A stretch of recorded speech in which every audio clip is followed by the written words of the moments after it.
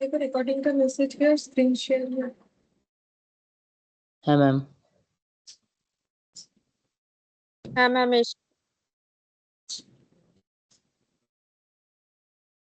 देखो आज हम लोग जो टॉपिक स्टार्ट करेंगे, जो मैंने लास्ट क्लास बोला था वो हम लोग बाद में करते हैं, ठीक है। ये टॉपिक हम लोग स्टार्ट करते हैं, unit and batch costing. Unit and batch costing. तो यूनिट एंड बैच कॉस्टिंग दो अलग अलग टॉपिक है, ठीक है। मैंने एक साथ ही नाम लिख दिया है, तो हम लोग यूनिट कॉस्टिंग भी पढ़ेंगे, बैच, उसके बाद जॉब, फिर प्रोसेस। ये सब रिलेटेड टॉपिक होता है। रिलेटेड इन द सेंस कि सब कंसेप्ट एक जैसा होता है, ठीक है। थोड़ा थोड़ा इधर उधर अगर हम लोग करें तो सबसे पहले हम लोग यूनिट कॉस्टिंग पढ़ेंगे। अब यूनिट का मतलब क्या होता है, किसी भी चीज का यूनिट का मतलब क्या होता है, और यूनिट माने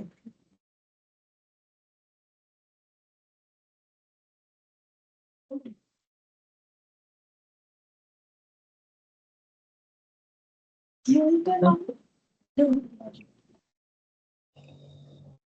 ইউনিট মানে ওর মানে কি বলবো, কোন একটা মেজারমেন্ট করার একটা हाँ, एक कप যেটাকে বাংলা जैसे कि किलो एक यूनिट है, लीटर एक यूनिट है, ठीक है। और पीस, नंबर ऑफ पीसेस हो गया। जो भी चीज जैसे हम लोग मेजर कर सकते हैं, जैसे अगर लीटर, जैसे लीटर का कोई आइटम है तो लीटर में मेजर करेंगे। किलो का कोई आइटम है, किलो। जैसे अब आलू खरीदने जाओगे तो उसका यूनिट लीटर तो होगा नहीं, ये तो नॉर्मल सा बात है। आलू किलो में होगा, ठीक है। उससे भी कम में लोगे तो ग्राम में भी हो सकता है कि 500 ग्राम आलू निकले, ठीक है। आधा किलो बोलते हैं हम लोग उसे, ठीक है, हाफ केजी।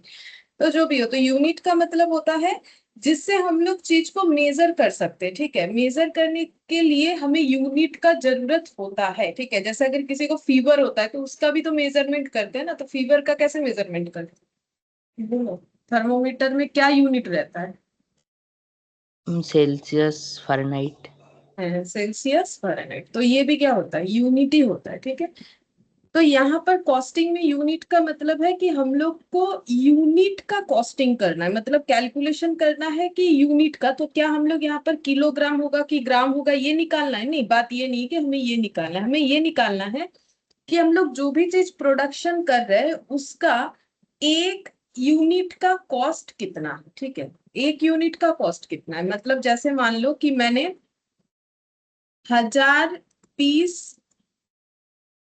पेन बनाया और मेरा खर्चा हुआ 2000 रुपया, तो फिर एक एक पेन का दाम कितना हुआ?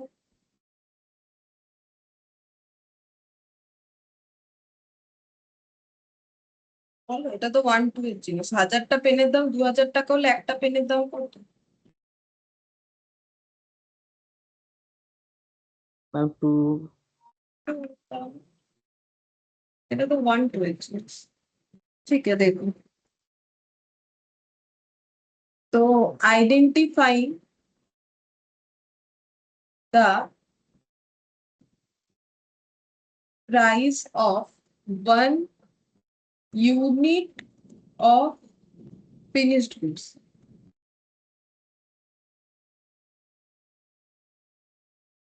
तो हमें क्या करना है, एक यूनिट फिनिश गुड्स का कॉस्ट आइडेंटिफाई करना है। जैसे अभी मैंने बोला कि 1000 यूनिट, 1000 यूनिट पेन प्रोड्यूस करने के लिए 2000 का खर्चा हुआ।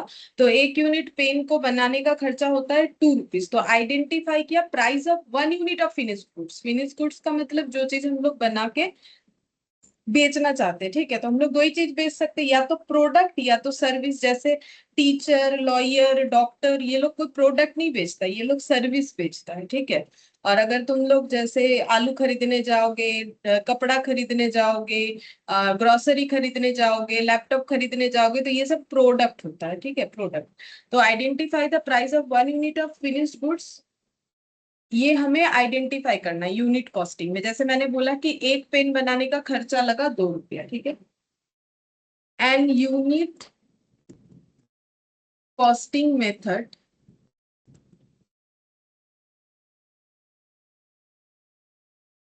Can be applied where only a single product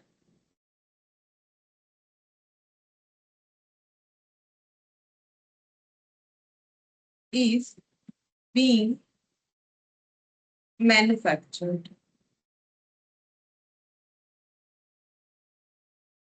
or a similar or identical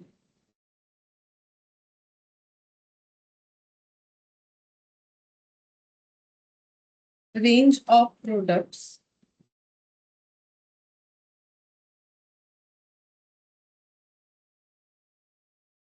being manufactured.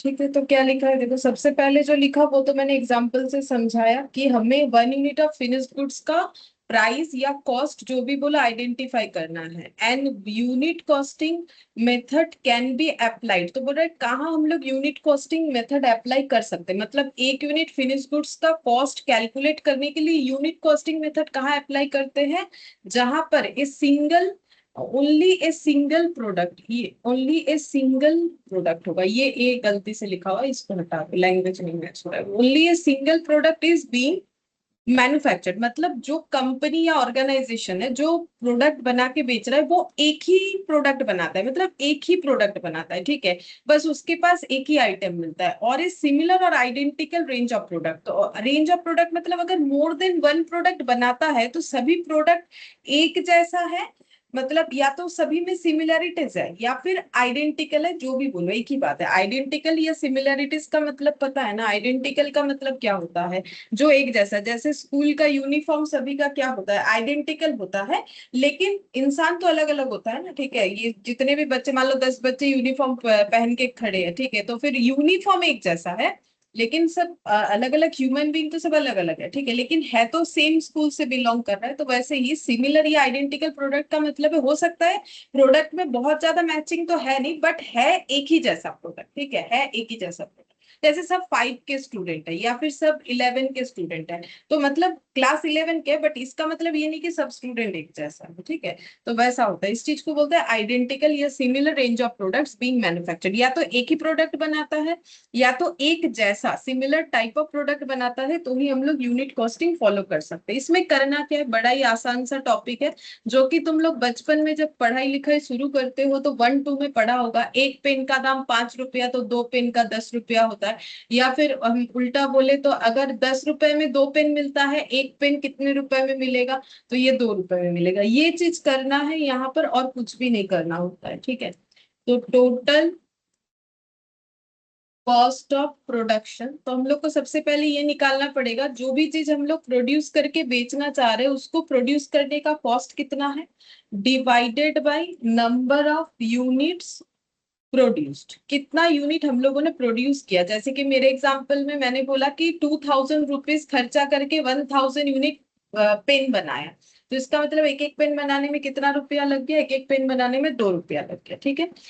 अच्छा, अब ये यूनिट कॉस्टिंग हम लोग किस तरीके के प्रोडक्ट में अप्लाई कर सकते हैं, अगर कुछ एग्जांपल पूछा जाए तो लाइक देखो, सीमेंट इंडस्ट्री, ठीक है, जो सीमेंट इंडस्ट्री होता है ना, सीमेंट का मतलब पता है ना, जिससे घर बनता है, ठीक है, तो ये जो सीमेंट इंडस्ट्री होता है, जो लोग सीमेंट बना के बेचते हैं वो यूनिट कॉस्टिंग ये लगाते हैं, क्योंकि देखोगे नॉर्मली वहां सीमेंट फैक्ट्री में सिर्फ सीमेंट ही बन रहा है, हाँ हो सकता है थोड़ा अलग अलग टाइप का सीमेंट बन रहा हो, वो अलग बात है, ठीक है, मतलब अलग अलग क्वालिटी का, ठीक है। तो यूनिट कॉस्टिंग जो है वो सीमेंट फैक्ट्री में हम लोग यूज करते हैं, स्टील फैक्ट्री में यूज किया जाता है, स्टील का प्रोडक्शन अगर कोई कर रहा है, ठीक है, पेपर का प्रोडक्शन कर रहा है, क्योंकि ये सब ना सिंगल प्रोडक्शन होता है नॉर्मली ऑर्गेनाइजेशन का, या फिर सिमिलर टाइप ऑफ प्रोडक्शन होता है।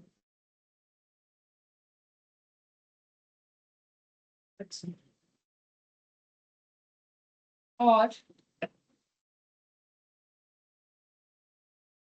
जैसे शुगर का मैन्युफैक्चरिंग, मतलब चीनी मैन्युफैक्चरिंग जहाँ होता है, कोयला, ठीक है, कोयला मैन्युफैक्चरिंग अगर होता है, जैसे इलेक्ट्रिसिटी, तो इलेक्ट्रिसिटी भी तो प्रोड्यूस किया जाता है ना, जो हम लोग घर पे यूज करते हैं, ठीक है, तो इलेक्ट्रिसिटी, ये सब लार्ज क्वांटिटी में जब कोई प्रोडक्ट बनता है आइडेंटिकल होता है नॉर्मली वो सब, ठीक है, तो सीमेंट बन रहा है तो फैक्ट्री में देखोगे सीमेंट ही बन रहा है, ठीक है, ऐसा नहीं कि सीमेंट भी बन रहा है इसके साथ ये भी वो भी, ऐसा नहीं होता है।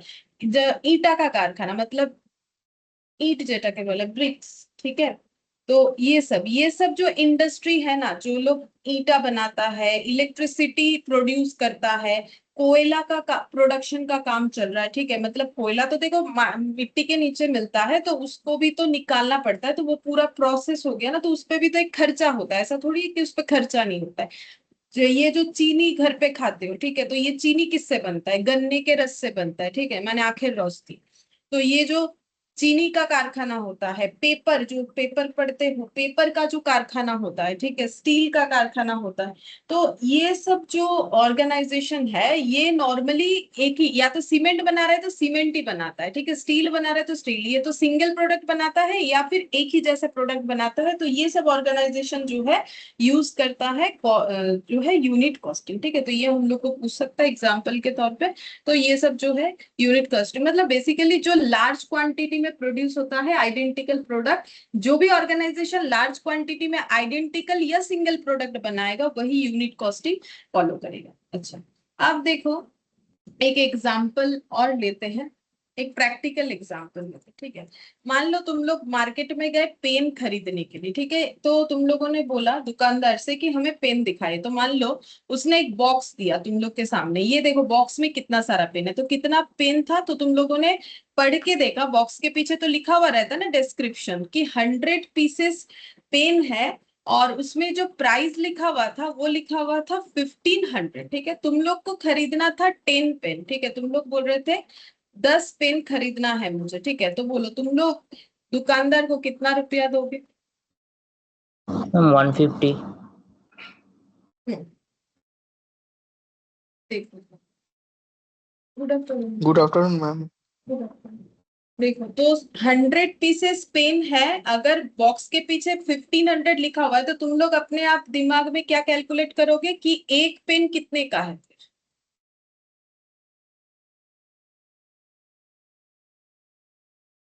15 रुपीज का, ठीक है। अब तुम लोग सोच रहे हो 10 पेन लेना है, तो ये मान लो दुकानदार है, ठीक है, ये शॉप का ओनर है, कुछ एक नाम दे देते हैं इसका, ये मान लो मिस्टर ए है, इनके दुकान में गए थे खरीदने के लिए। तो तुम लोगों ने 10 पेन बॉक्स से निकाला, निकाल के उनको पकड़ा दिया, कितना रुपया? ये मान लो तुम लोग हो, ठीक है। तो तुम लोगों ने इनको 10 पेन लिया, बोला देखो हम 10 पेन लिए हैं, ये लीजिए आपका 150 रुपए, ठीक है। लेकिन वो क्या बोल रहे पता है, आपका बिल जो है वो 150 नहीं, वो 200 रुपए हो रहा है। तो इन्होंने हमें रिटर्न में ये बोला कि 150 नहीं, 200 दो, 200, ठीक है। अब ऐसा क्यों बोला?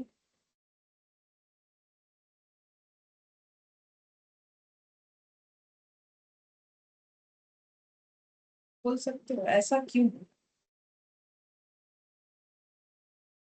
কেন বলবে? যদি আমরা দেখতেই পাচ্ছি যে 100টা পেন আছে, ওতে 1500 টাকা লেখা আছে, তাহলে এক একটা পেন 15 টাকা করে, তাহলে তোমরা 10টা পেন বের করেছো, তাহলে 10 × 15 150 টাকা দিয়ে চলে আসতে চাইছিলে, কিন্তু বললো যে না 200 টাকা দিতে হবে।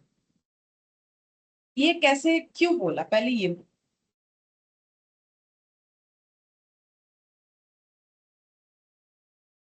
মানে যে 50 रुपीज বেশি, সেটা কিভাবে হতে পারে?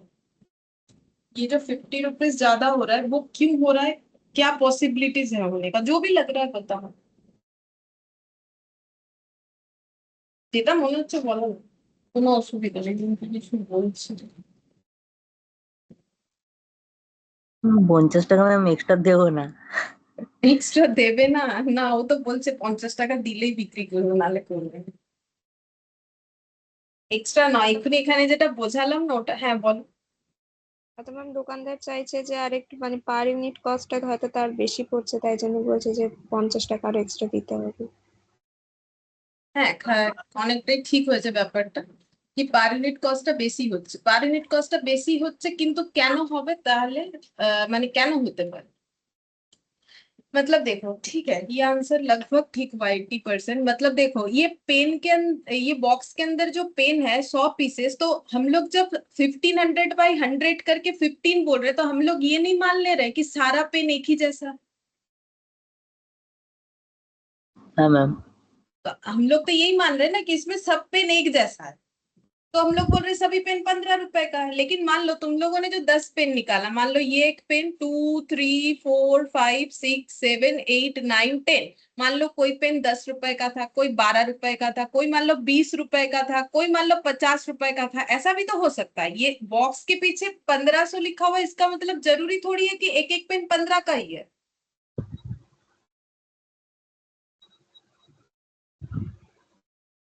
हाँ ठीक मैम। ठीक, ऐसा थोड़ी जरूरी नहीं है ना, वो तो हमें पूछना चाहिए उनसे पेन निकालने के पहले। तो तुम लोगों ने जो 10 पेन निकाला, इसका क्या गारंटी है कि 10 का 10 पेन ही 15 रुपए वाला ही है? वो तो हम लोग इमेजिन कर रहे हैं, ये हम लोगों ने इमेजिन नहीं किया। उसने कब बोला, मतलब दुकानदार ने कब बोला कि भाई मेरा सारा पेन एक जैसा है? ये तो हम लोग अपने मन में सोच लिए, ओ अच्छा ये बॉक्स पकड़ा दिया तो इसका मतलब इसमें हर एक पेन 15 रुपए वाला है। नहीं, कोई 15 से कम भी है, कोई 15 से ज्यादा भी है। तो हम लोगों ने जो पेन निकाला उसका टोटल उनके हिसाब से हुआ 200 रुपए, तो वो 200 रुपए मांग रहे हैं, ठीक है। तो सारा पेन का उसका जो सेल प्राइस है वो सेम नहीं है। क्यों नहीं है? क्योंकि इसका मतलब सारे पेन का कॉस्टिंग से सेम नहीं था, मतलब उसने जो भी पेन बेचा, मतलब हम लोगों ने जो भी सिलेक्ट किया, सब एक दाम का पेन नहीं था, ठीक है। तो ऐसे केस में क्या, ये जब तुम लोग कर रहे हो 1500/100 = 15, तो ये क्या अप्लाई कर दिया? Unit costing. क्योंकि हम लोग ये मान रहे सारे पेन एक जैसे है, आइडेंटिकल है, सिमिलर है, या फिर सब एक ही जैसा पेन है, तो हम लोग 15 रुपीज बोल रहे हैं। हम लोग अपने मन से यूनिट कॉस्टिंग अप्लाई कर दिए। लेकिन अगर मेरा प्रोडक्ट आइडेंटिकल नहीं है तो यूनिट कॉस्टिंग अप्लाई नहीं कर सकते हो, वही चीज यहाँ पर लिखा हुआ था। बोलो समझ में आ गया कि आइडेंटिकल और सिमिलर प्रोडक्ट पे ही क्यों अप्लाई होगा यूनिट कॉस्ट? हाँ मैम। ठीक है ना। तो देखो, ये हम लोग बॉक्स के अंदर पेन देख के ऐसे डिसाइड नहीं कर सकते। तो ये जस्ट एक मैंने प्रैक्टिकल एग्जांपल से समझाने का कोशिश किया इस बात को कि सिंगल प्रोडक्ट अगर मैन्युफैक्चर हो रहा है तो ही वो सेम कॉस्टिंग पे जाएगा, या फिर सिमिलर या आइडेंटिकल। अगर अलग अलग टाइप का प्रोडक्ट बन रहा है, चाहे प्रोडक्ट एक ही हो, मतलब पेन ही है लेकिन अलग अलग टाइप का है, ठीक है, वो हमें नहीं समझ में आया, तो वो जिसने बनाया उसको पता है कि भाई दाम ज्यादा पड़ा है कम पड़ा है। हमें तो लगा कि बॉक्स में दिख रहा है तो सब एक ही जैसा होगा। नहीं, ऐसा नहीं है, क्योंकि हमें कोई आइडिया नहीं है इस बात का। तो वही चीज बोल रहा है कि अगर आप सिंगल प्रोडक्ट बना रहे हो, सिमिलर प्रोडक्ट बना रहे हो, आइडेंटिकल, तो ही आप बोल सकते हो कि ये 15 रुपए करके हर एक पेन हो रहा है, ठीक है। हम लोग अपने मन से नहीं बोल सकते हैं। तो बात इतना है कि वही इंडस्ट्री यूनिट कॉस्टिंग लगा सकता है जो एक जैसा प्रोडक्ट बनाता है। जो नहीं बनाता है वो कैसे लगाएगा? तो अब देखो, वो पेन अलग अलग कर लिया होगा ना, कि भाई जो मेरा ये पेन है ये 10 रुपए वाला, ये जो है 12 रुपए, अब रखा है एक बॉक्स के अंदर, उसको पता है वो जब बॉक्स में से कस्टमर पेन निकालेगा तो हम बता देंगे कौन सा पेन कितने का है, ठीक है। ये चीज। चलो, तो अब देखो यहाँ पर और एक ट्रीटमेंट हमें समझना पड़ता है लॉस का, ठीक है। लॉस, लॉस क्या होता है देखो, चाहे कॉस्ट पढ़ लो चाहे अकाउंट्स पढ़ लो, दोनों में लॉस हम लोग का मेनली दो तरीके का होता है। एक होता है नॉर्मल लॉस, एक होता है एबनॉर्मल लॉस, ठीक है। अब नॉर्मल और एबनॉर्मल लॉस का क्या ट्रीटमेंट होता है? तो नॉर्मल लॉस जो है वो चार्ज टू पीएल होता है, सॉरी, चार्ज टू पीएल लिख रहे तो वो उधर होना चाहिए। इसमें होता है चार्ज टू प्रोडक्शन, बताते इसका मतलब क्या होता है, चार्ज टू प्रोडक्शन।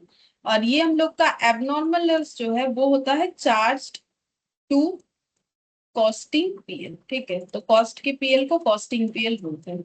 अब ये charge to PL, charge to costing PL, इसका मतलब क्या हो गया? तो देखो, कोई भी चीज प्रोडक्शन करने जाओगे तो उसमें एक नॉर्मल लॉस होता ही होता है, ठीक है। जैसे कि घर पे खाना बनता है रोज, देखोगे तो अगर घर पे तुम लोग बनाते हो कि नहीं मुझे नहीं पता, जो भी हो, अगर घर पे नॉर्मली तो माँ ही बनाते हैं, ठीक है। तो तुम लोग देखना कि जब भी सब्जी बन रहा है या कुछ हो रहा है, या फिर थोड़ा बहुत चीज गिर जाता है, ठीक है, जैसे नमक देने गए थोड़ा, ठीक है, ऐसा नहीं कि बहुत ज्यादा, थोड़ा थोड़ा इधर उधर गिर जाता है, इसीलिए तो उसके बाद साफ सफाई करना पड़ता है खाना बन जाने के बाद, ठीक है।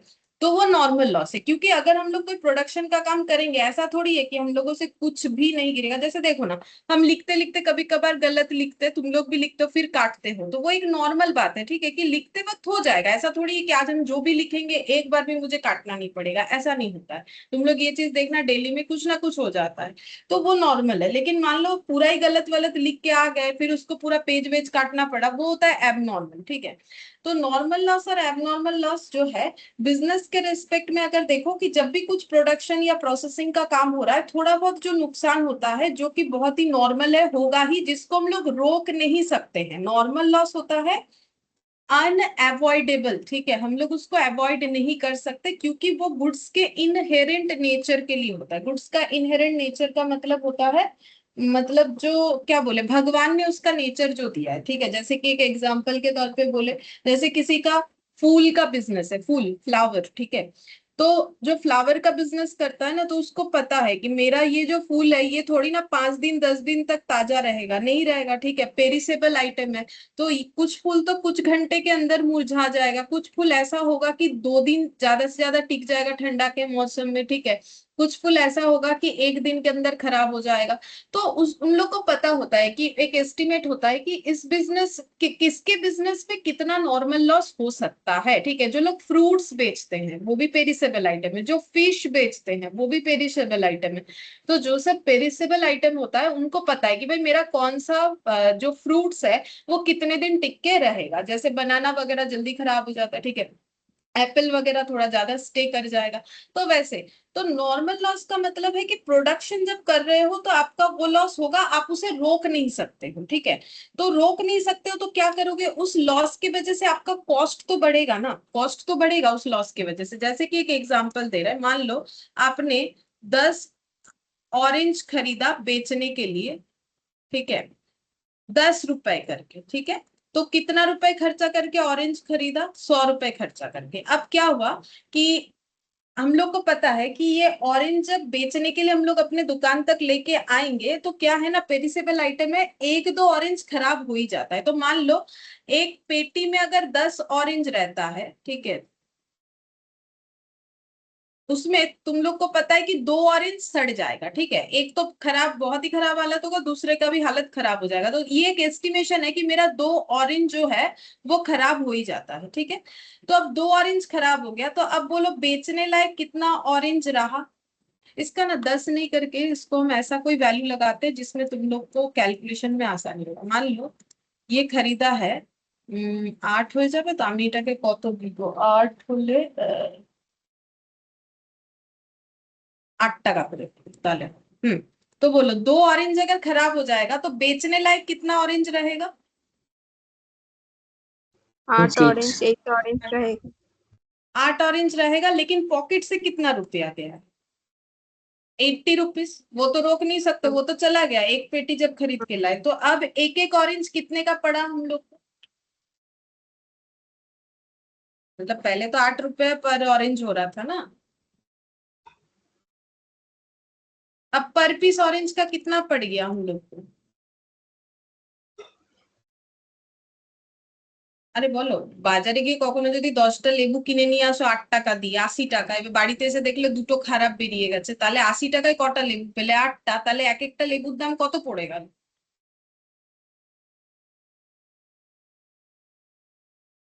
10 টাকা করে। डिवाइडेड बाई 10 रुपया करके हुआ, ठीक है। अब हाँ तुम हाँ। लोग यह खाने के लिए नहीं ला रहे हो, अभी सोचो बेचने के लिए ला रहे हो, ठीक है।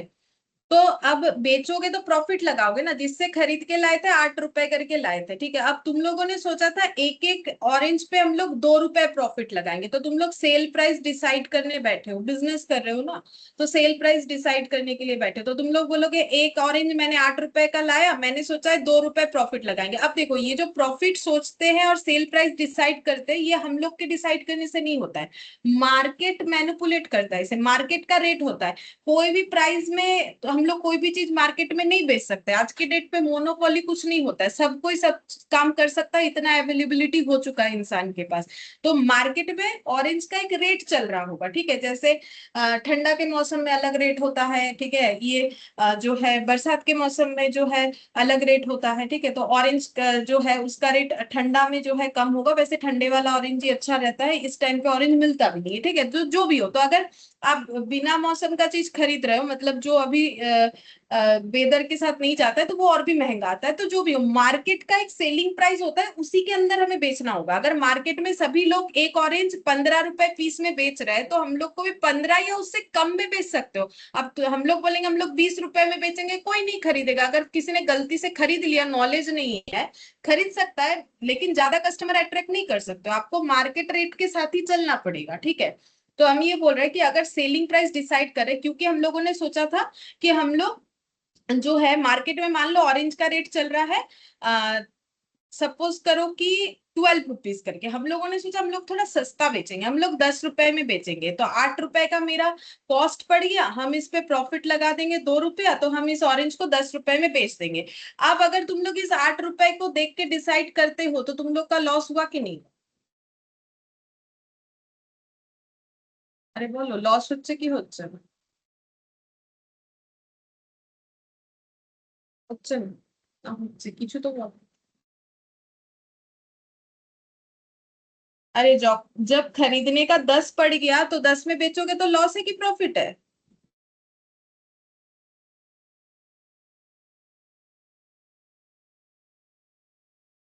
देखो কিছু বলছো না তুমি।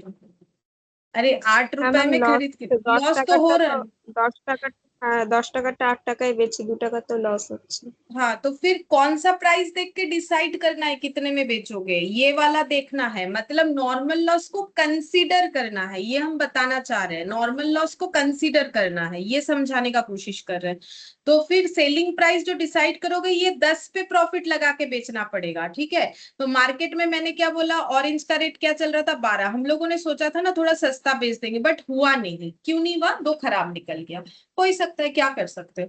तो अब क्या करोगे, अब जो प्रॉफिट लगाओगे तो अब मार्केट रेट पे ही बेचना पड़ेगा, सस्ते में नहीं बेच पा रहे हो तो 2 रुपए प्रॉफिट कमा ले रहे हो, वो कोई प्रॉब्लम नहीं है। लेकिन सोचा था थोड़ा सस्ता बेच के कस्टमर अट्रैक्ट करोगे, वो नहीं कर पा रहे हो। तो 10 रुपए प्लस 2 रुपए, 12 रुपए सेलिंग प्राइस रखा, जो कि मार्केट में बाकी लोग भी बेच रहे थे। हम लोग का ये वाला जो ड्रीम था वो पूरा नहीं हो पाया, ठीक है। तो अगर इसको पूरा करने लग जाओगे इस प्राइस पे तो लॉस ही करके आओगे, ठीक है। तो इसको बोलते हैं चार्ज टू प्रोडक्शन। मतलब हम लोगों ने क्या किया, हम लोग का तो खरीदारी पड़ा था 8 रुपए, फिर भी हम लोगों ने खरीदारी 10 रुपए करके लगाया, ठीक है। तो ये तो हो गया, हम लोगों ने किसी से परचेज करके बेचा, जिसको बोलते हैं ट्रेडिंग बोलते हैं, ठीक है। इसको मैन्युफैक्चरिंग नहीं बोलते। अब मान लो तुम लोग का जो है ऑरेंज का पेड़ है, ठीक है। तो ऑरेंज का पेड़ तो वो तो प्रोडक्शन ही हो गया ना, कि गाछ लगाया, फिर वहां से फ्रूट्स हुआ, फिर उसको बेचने गए, तो ये भी एक वन टाइप ऑफ प्रोडक्शन हो गया। तो अगर तुम लोग बोल रहे हो कि तुम लोगों ने जितना भी खर्चा किया पेड़ लगाने का, उसको बड़ा करने का, ठीक है, उसपे जो भी जो जिस तरीके से उसका देखभाल किया, जो भी किया, जो मेहनत किया, उससे तुम लोग बोल रहे हो कि 10 ऑरेंज जो है 8 रुपए मेरा पड़ा, ठीक है। मतलब एक एक ऑरेंज मेरा 8 रुपए करके पड़ रहा है इस ऑरेंज को पूरा प्रोडक्शन करने में। लेकिन 2 ऑरेंज खराब हो गया 8 में से, तो बेच नहीं पा रहे हो 2, ठीक है, 8 बेच पाओगे। तो तुम लोगों ने क्या किया, जो 8 रुपए का ऑरेंज है उसका कॉस्टिंग 10 रुपए डिसाइड कर लिया। और ये डिसाइड कर सकते हो, मतलब अपना कॉस्ट को इंक्रीज कर लिया, 8 से 10 कर लिया। तो इस चीज को बोलते हैं चार्ज टू प्रोडक्शन। मतलब हम लोग अपना प्रोडक्शन कॉस्ट बढ़ा सकते हैं, 8 रुपए के कॉस्ट को 10 रुपए कर सकते हैं। मैंने ये ऑरेंज का एग्जांपल दिया, तुम लोग इसका पेन का एग्जांपल कर लो, पेंसिल कर लो, जो करना है कर सकते हो, ठीक है। तो चार्ज टू प्रोडक्शन का मतलब होता है कि हम लोग प्रोडक्ट के कॉस्ट में इस 2 रुपए को ऐड कर पा रहे हैं, यहाँ से ये जो इंक्रीमेंट हो रहा है ये ऐड कर पा रहे हैं। लेकिन अगर ये एबनॉर्मल लॉस हो तो ऐड नहीं कर सकते हो। क्यों नहीं कर सकते हो, देखो हम बताते हैं। जैसे मान लो कि 10 ऑरेंज 8 रुपए करके लाया गया, 80 रुपीज, और उसमें 2 लॉस हो ही जाता है, ये नॉर्मल लॉस है, ठीक है। तो यहाँ पर मैंने लिख दिया नॉर्मल लॉस, 2 नॉर्मल लॉस है। तो नॉर्मल लॉस का कभी भी कॉस्ट नहीं निकाला जाता है। कॉस्ट क्यों नहीं निकाला जाता है, क्योंकि नॉर्मल लॉस की वजह से जो हमारा लॉस हो रहा है उस लॉस को हम लोग अपने कॉस्ट में ऐड कर सकते हैं, ठीक है। अब मान लो और भी तुम लोग का लॉस हो गया, क्या, एबनॉर्मल लॉस हो गया, ठीक है। एबनॉर्मल का मतलब है जो होना चाहिए उससे काफी ज्यादा। जैसे मैंने एक एग्जांपल दिया, खाना बनाने के थोड़ा बहुत नमक गिरा, अलग बात है, पूरा नमक ही गिर दिया, मतलब पूरा नमक ही गिरा दिया, गिर गया, ठीक है, बाई चांस एक्सीडेंटली अगर गिर गया तो वो तो एबनॉर्मल लॉस है ना। डालते वक्त थोड़ा बहुत गिरना वो एक नॉर्मल चीज होता है, लेकिन अगर हाथ से छूट गया, गिर गया, that is called abnormal loss. तो यहाँ पर भी ये जो ऑरेंज है, ये 10 में 2 ऑरेंज खराब निकलता है, ये नॉर्मल बात है। नॉर्मल बात का मतलब सभी ऑरेंज बेचने वालों के साथ यही चीज होता है। लेकिन मेरा क्या हुआ यहाँ पर, मान लो मेरा यहाँ पर और भी 3 ऑरेंज खराब हो गया, मतलब टोटल 5, जिसमें से 2 नॉर्मल है, 3 एबनॉर्मल। अब एबनॉर्मल क्यों हुआ, मैंने अच्छे से उसे लाते वक्त मैंने उसको अच्छे से मैनेज नहीं किया, ठीक है, एक के ऊपर एक रख दिया, जो भी रीजन है, 3 मेरे गलती के वजह से खराब हो गया, 3 मेरे गलती के वजह से खराब हुआ, तो उसको बोलते हैं एबनॉर्मल लॉस, यानी जो अवॉइडेबल था बट मैंने अवॉइड नहीं किया। या फिर मान लो 3 चोरी हो गया, जब हम पेटी निकाल रहे थे तो देखा मेरा 3 ऑरेंज चोरी हो गया, ठीक है। अब मेरे पास कितना सारा ऑरेंज है, तो देखो अब यहाँ पर अगर नॉर्मल लॉस का देखें तो मुझे ये पहले से ही पता है कि हम 8 ही ऑरेंज बेच पाएंगे, ये मुझे पहले से दिमाग में सेट होता है, क्योंकि ये मेरा एक नॉर्मल बात है, ठीक है। लेकिन जब मैंने पेटी खोला तो मुझे तो पता था 8 ही बेच पाएंगे, लेकिन अब मुझे दिख रहा है कि हम 5 बेच पाएंगे, ठीक है। तो अब 5 ऑरेंज बेचने लायक आया मेरे पास, जिसके अगेंस्ट में मेरे पॉकेट से तो 80 रुपीज चला गया। अब पर पीस ऑरेंज कितना हम लोग डिसाइड कर सकते हैं, पर पीस ऑरेंज हो जाएगा 80 डिवाइडेड बाई 5, कितना हो जाएगा 16। 16। अब मार्केट में तो ऑरेंज बिकता ही है 12 रुपए का, अब ये 16 के ऊपर प्रॉफिट लगा के क्या बेच पाओगे, बोलो ना मैम। कैसे बेचोगे, कोई नहीं खरीदेगा, ठीक है। तो इसीलिए बोला जा रहा है, अब ये 5 से डिवाइड कर रहे हो तभी ना ये 16 हो गया, ठीक है। तो बोल रहा है कि एबनॉर्मल लॉस को नहीं चार्ज कर सकते हो अपने कॉस्टिंग को बढ़ाने में, सिर्फ नॉर्मल लॉस को चार्ज कर सकते हो। इसका मतलब है पर पीस ऑरेंज का कॉस्ट जब निकालोगे तो उसमें ये सोचना है कि मैंने 80 रुपीज खर्चा करके मुझे कितना ऑरेंज मिला, मुझे हमेशा 8 ऑरेंज का ही कैलकुलेशन करना चाहिए। मतलब नॉर्मल लॉस की वजह से जो कॉस्ट बढ़ रहा है, यानी 8 रुपीज जो 10 हो रहा है, वो अलाउड है, वो कस्टमर देगा, क्यों, क्योंकि वो सभी का होता है, ठीक है। लेकिन अगर ये 5 से डिवाइड करने लगे कि भाई मेरा गलती का जो मतलब ये तो मेरा गलती है ना कि मैंने, मेरे वजह से 3 एक्स्ट्रा खराब हो गया, अब उसका भी हम बोल रहे हैं कि हम उसका भी चार्ज करके अपना कॉस्ट 16 बना लेंगे, तो मार्केट में नहीं बेच सकते, सीधा बात है। जैसे अगर मेरे शॉप में चोरी हो गया, मान लो हम बेचते हैं लिखने का कॉपी, ठीक है, जो तुम लोग लिखते हो ना, खाता खाता बेचते हैं, ठीक है। तो तुम लोग कल लेके गए थे मेरे से एक कॉपी जो है 20 रुपए का, ठीक है, 50 रुपए का, ठीक है। अब मेरे दुकान में चोरी हो गया, नेक्स्ट दिन वही कॉपी लेने आए, हम बोलेंगे 55 रुपीज का बेचेंगे, तो कोई क्यों लेगा भाई, चोरी हो गया तो मेरा लॉस है, मुझे वो खुद उस लॉस को जो है डाइजेस्ट करना पड़ेगा, सीधा बात है। तो इसीलिए बोला जाता है कि जो एबनॉर्मल लॉस है उसे हमें कॉस्टिंग पीएल में दिखाना होता है, ठीक है। मतलब उसको पीएल में लॉस बोल के दिखाओ, एबनॉर्मल लॉस लॉस है, बट नॉर्मल लॉस हम लोग लॉस नहीं मानते हैं, नॉर्मल लॉस की वजह से जो लॉस होता है उसकी वजह से हम लोग कॉस्ट को इंक्रीज कर सकते हैं।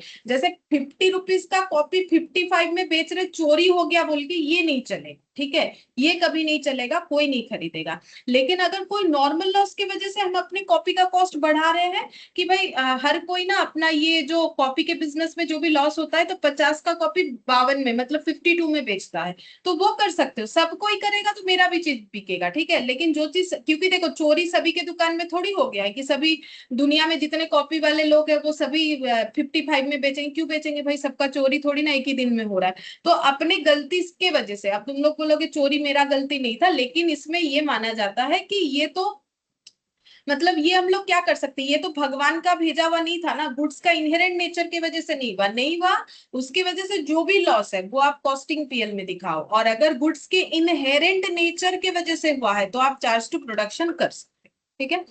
तो ये समझा दिया, देखो नॉर्मल लॉस एबनॉर्मल लॉस, यहाँ पर इतने अच्छे से मैंने समझाने का कोशिश किया, ये चीज तुम लोग का प्रोसेस कॉस्टिंग में भी सेम काम आएगा। तब हम सिर्फ लिख देंगे कि ट्रीटमेंट क्या है, या फिर पूछेंगे कि आज जो सिखाया कितना याद रहता है तुम लोग को, वहां भी सेम यही चीज करना है। तो मैंने सोचा था वहां डिटेल्स में बताएंगे, बट चलो अभी यहाँ पर बताते बताते बोल दिया, यहाँ भी काम आएगा, तो हर जगह काम आएगा। नॉर्मल लॉस का treatment, abnormal loss, normal loss का क्या होता है, हम लोग अपने प्रोडक्ट के कॉस्ट को इंक्रीज कर सकते हैं, बट फॉर एबनॉर्मल लॉस हम लोग क्या करेंगे, उसको हमें पूरी पीएल में चार्ज कर देना है, उसका कॉस्ट हम लोग जो है इंक्रीज नहीं कर सकते हैं, ठीक है। मतलब हम लोग को यहाँ पर क्या करना पड़ेगा पता है, ये 2 नॉर्मल लॉस का कॉस्टिंग नहीं करना पड़ेगा, उसका हम लोग 80 रखेंगे, लेकिन जो 3 नॉर्मल लॉस हुआ है उसका कॉस्टिंग हम लोग कर सकते हैं। मतलब 3 ऑरेंज जो लॉस हो गया एबनॉर्मल वजह से, तो यहाँ से 24 लेस कर दो, 24 लेस करने से कितना आ जाएगा, यहाँ पर आ जाएगा कितना आएगा ये वाला, 56 56 आएगा, ठीक है। तो 56 आ रहा है, तो ये कितना हो जाएगा, 10 पॉइंट समथिंग आएगा शायद।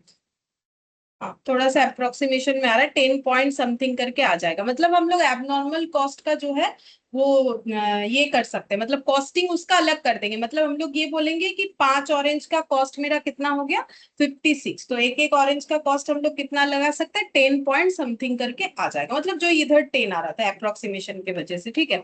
तो ये देखो वही 10 निकल के आ जाएगा। तो नॉर्मल लॉस का कभी भी यहाँ पर तुम लोग वैल्यू मत निकालना, लेकिन एबनॉर्मल लॉस का निकालना होता है, ठीक है। और एक चीज भी बताते हैं, एक टॉपिक होता है कंसाइनमेंट बोल के, ठीक है, जो कि सीएमए में होता है, सीएमए फाउंडेशन में भी होता है, सीएमए इंटर में भी होता है। वहां भी यही वाला चीज जो है चाहिए होता है जब वैल्यूएशन करते हो। तो ये चीज को पूरा दिमाग में रख लो, जब कंसाइनमेंट करवाएंगे जिनका है तो वहां भी ये चीज काम आएगा, ठीक है। वहां तो पूरा इस तरीके से ही वैल्यूएशन करना पड़ेगा, ठीक है। चलो आगे बढ़ते हैं। अब देखो हम लोग को क्या करना है यहाँ पर। अब हम लोग क्वेश्चन कर सकते हैं, जैसे कि ये वाला देखो, ठीक है। यहाँ पर हमें बोला है you are required to find out the cost per unit. जैसे ही बोल दिया कॉस्ट पर यूनिट निकालो, मतलब यूनिट कॉस्टिंग करने के लिए बोल रहा है। And profit for the 4 week ended 28th Feb। तो हम लोग को एक कॉस्ट पर यूनिट निकालने बोला है, प्रॉफिट निकालने बोला है 4 वीक एंडेड 28th Feb। मतलब जो 4 वीक ही तो होता है ना। देखो फेब का अगर 28 दिन होता है, क्योंकि 29 तो तब होता है जब लीप ईयर होता है, तो 4 हफ्ता यानी 7 दिन करके 28 दिन होता है। तो पूरे फेब का हमें एक डेटा दिया हुआ है प्रोडक्शन का, उससे हमें उस प्रोडक्शन का cost per unit as well as profit निकाल के बताना है। The following data related to the manufacture of a standard product during the 4 week ended 20th Feb। तो बोल रहा है ये जो डेटा दिया हुआ है ये कोई प्रोडक्ट का दिया हुआ है जो प्रोडक्ट फेब में बना है, ठीक है। इसमें रॉ मटेरियल कंज्यूम्ड दिया हुआ है, डायरेक्ट वेजेस दिया हुआ है, machine hours work, machine hour rate, office overhead, selling overhead, unit produced and sold, ठीक है। अब हम लोग को इसको करना कैसे होता है, तो देखो हम लोग इसको कैसे करते हैं। तो हम एक छोटा सा फॉर्मेट बता देते हैं जिसको हम लोग बोलते हैं कॉस्ट शीट, ठीक है। तो कॉस्ट शीट के फॉर्मेट में ही ये बनेगा। तो हम लोग को क्या लेना पड़ता है, direct material, direct labour, direct expenses, हर तरीके का डायरेक्ट खर्चा हम लोग को ऐड करना पड़ता है। हर तरीके का डायरेक्ट खर्चा पहले ऐड करेंगे, क्या आता है, उससे आता है प्राइम कॉस्ट, ठीक है। उससे जो कॉस्ट निकल के आता है उसको बोलते हैं प्राइम कॉस्ट, मतलब पहला पहला कॉस्ट। अब ये सब जुगाड़ करने के बाद, जैसे मान लो तुम लोग को कुछ भी प्रोडक्शन करना है, फर्नीचर बनाना है, तो उसमें मटेरियल लगेगा लकड़ी, ठीक है। लेबर कौन है, कारपेंटर जो बनाता है फर्नीचर, ठीक है। और कोई डायरेक्ट एक्सपेंसेस दिया हुआ हो क्वेश्चन में, तो ये सब मिला के प्राइम कॉस्ट। उसके बाद आता है factory overhead, factory overhead add करने से आता है फैक्ट्री कॉस्ट, ठीक है। फैक्ट्री कॉस्ट आता है, फिर इसके बाद आ जाता है ऑफिस एंड एडमिनिस्ट्रेशन ओवरहेड, ठीक है। ये ऐड करने से आ जाता है हम लोग का कॉस्ट ऑफ प्रोडक्शन। फिर ऐड होता है सेलिंग एंड डिस्ट्रीब्यूशन ओवरहेड, क्योंकि मार्केटिंग का खर्चा सबसे एंड में करता है, ठीक है। पहले तो प्रोडक्ट को बना के रेडी करना पड़ेगा, ये सब जुगाड़ कर लिया, ठीक है। फिर उसके बाद यहाँ पर फैक्ट्री में प्रोडक्शन का काम हुआ, ठीक है। उसके बाद हम लोग का ऑफिस एडमिनिस्ट्रेशन का खर्चा ऐड करना पड़ेगा, फिर सेलिंग डिस्ट्रीब्यूशन का खर्चा ऐड करना पड़ेगा, तो आ जाता है टोटल कॉस्ट या कॉस्ट ऑफ सेल। फिर इसमें प्रॉफिट ऐड करके हम लोग डिसाइड करते हैं कि हम लोग इसको कितने में सेल करेंगे, ठीक है।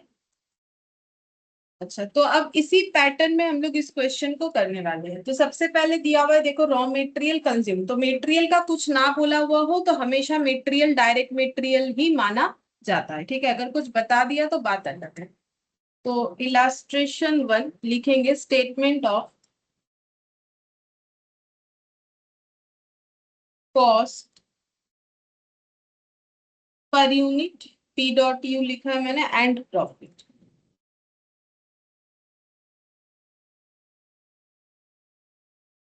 पर्टिकुलर्स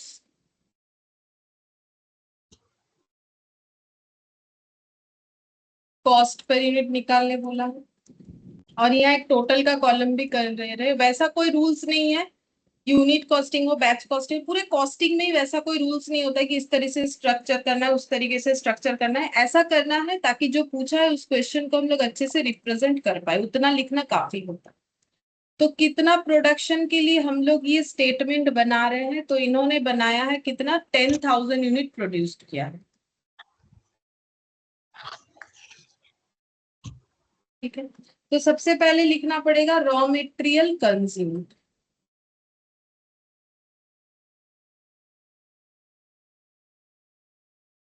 ठीक है, तो कितना रॉ मेटेरियल कंज्यूम्ड हुआ है 4 लाख रुपीस का, तो इसको टोटल कॉलम में लिखेंगे 4 लाख। ठीक है, अच्छा ये जो 4 लाख का खर्चा हुआ है कितना यूनिट प्रोड्यूस करने के लिए हुआ है, वो ऊपर देखो मैंने स्टेटमेंट में लिख रखा है 10,000 यूनिट, तो कॉस्ट पर यूनिट कितना हो जाएगा, एक यूनिट का कॉस्ट बोलो 40। 40। अच्छा फिर डायरेक्ट वेजेस 2,40,000।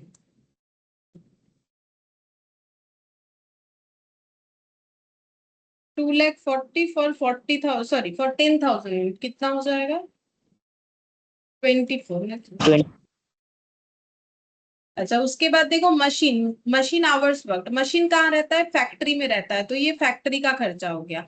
और ये मशीन आवर्स वर्क बोला, ये रेट बोला है, मतलब बोल रहा है 3,200 आवर्स मशीन चला है और 1 घंटा चलने पे 40 रुपीज का खर्चा होता है। ठीक है, मशीन आवर रेट का मतलब होता है, आवर मतलब 1 घंटा ही बताया जाता है। ठीक है, तो 1 घंटा चलने पे 40 रुपीज का खर्चा होता है, तो मशीन का खर्चा कितना हुआ होगा अगर मशीन 3,200 आवर्स चला है तो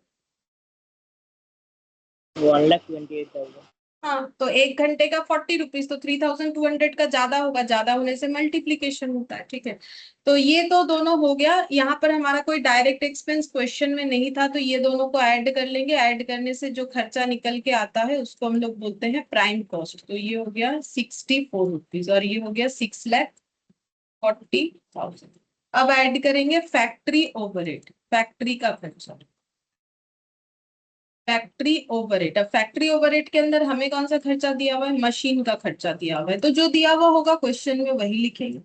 3,200 इंटू 40 रुपीज, तो टोटल हो जाएगा 1,28,000। ठीक है, तो 1,20,000 रुपीज का जो खर्चा हुआ है कितना यूनिट बनाने के लिए 10,000। ठीक है, क्योंकि हम लोग यहाँ पर यूनिट लिख रहे हैं, तो फिर एक एक यूनिट पे मशीन का खर्चा कितना 12.8। 12.8 होगा। ठीक है, ये एक एक यूनिट पे मशीन का खर्चा, और ये 1 घंटा मशीन चलने से मशीन का खर्चा, दो अलग बात होता है। ठीक है, और देखो फैक्ट्री रिलेटेड कोई आइटम नहीं दिया हुआ है, क्वेश्चन देख लो, ऑफिस का दिया हुआ है, सेलिंग का दिया हुआ है, बस ये दो ही तो दिया हुआ है और कुछ नहीं है, तो ऑफिस सेलिंग तो इसके बाद आता है, तो यहाँ पर ऐड करो कितना हो गया 76.8, और इसका टोटल करने से कितना होगा 7 लाख। ম্যাম ম্যাম ওই 12.8টা কি করে এলো, এই যে ফ্যাক্টরি ওভারহেডের আন্ডারে যে মেশিন কস্টটা আছে? এই যে 1,28,000 ডিভাইডেড বাই 10,000 এক ইউনিট, এটা 10,000 ইউনিটের জন্য প্রত্যেকটাই 10,000 ইউনিট, এই সবগুলোই 10,000 দিয়ে ভাগ। ঠিক আছে। अब यहाँ पर ऐड करेंगे, अच्छा इसको लिखना पड़ेगा फैक्ट्री कॉस्ट। ठीक है, अब ऐड करेंगे ऑफिस ओवरहेड। ठीक है, तो देखो ऑफिस ओवरहेड कितना 10% ऑफ वर्क्स कॉस्ट। अब वर्क्स कॉस्ट क्या होता है, एक्चुअली फैक्ट्री कॉस्ट को ही हम लोग वर्क्स कॉस्ट भी बोल सकते हैं, और इसका और एक नाम भी होता है, क्या होता है बोलो, याद है, प्रोडक्शन कॉस्ट। तीनों एक ही बात है, क्वेश्चन में प्रोडक्शन कॉस्ट बोले, फैक्ट्री कॉस्ट बोले, वर्क्स कॉस्ट बोले, एक ही चीज को बता रहा है। ठीक है, अब जैसा क्वेश्चन में जो लैंग्वेज देगा, तो यहाँ वर्क्स कॉस्ट बोला है, तो 10% of works cost office overhead हो सकता है, तो 10% ऑफ वर्क्स कॉस्ट, तो वर्क्स कॉस्ट कितना है टोटल में 7,60,000। हाँ, टोटल में 7,60,000, तो ये कितना हो जाएगा 76,800। और ये वाला 7.68, तो टोटल का 84.48। 4.48। ঠিক আছে, একটা 10,000 দিয়ে গুণ করে দাও নাকি 8,44,800। 10,000 দিয়ে গুণ করলেই তো পেয়ে যাবো। যদি আমরা এটা যোগ নাও করি তাহলে তো একই ব্যাপার, কারণ সবই তো 10,000-এর জন্যই বেরোচ্ছে, আমার তো কিছুই কম বেশি হয়নি এখন, ওপেনিং WIP সব তো কিচ্ছু নেই। हाँ मैम। अच्छा, कॉस्ट ऑफ प्रोडक्शन हो गया। अब नेक्स्ट कौन सा खर्चा ऐड ऑन होगा? सेलिंग ओवरहेड 20 पर यूनिट करके बोला है, तो 20 पर यूनिट किसके ऊपर लगाना चाहिए?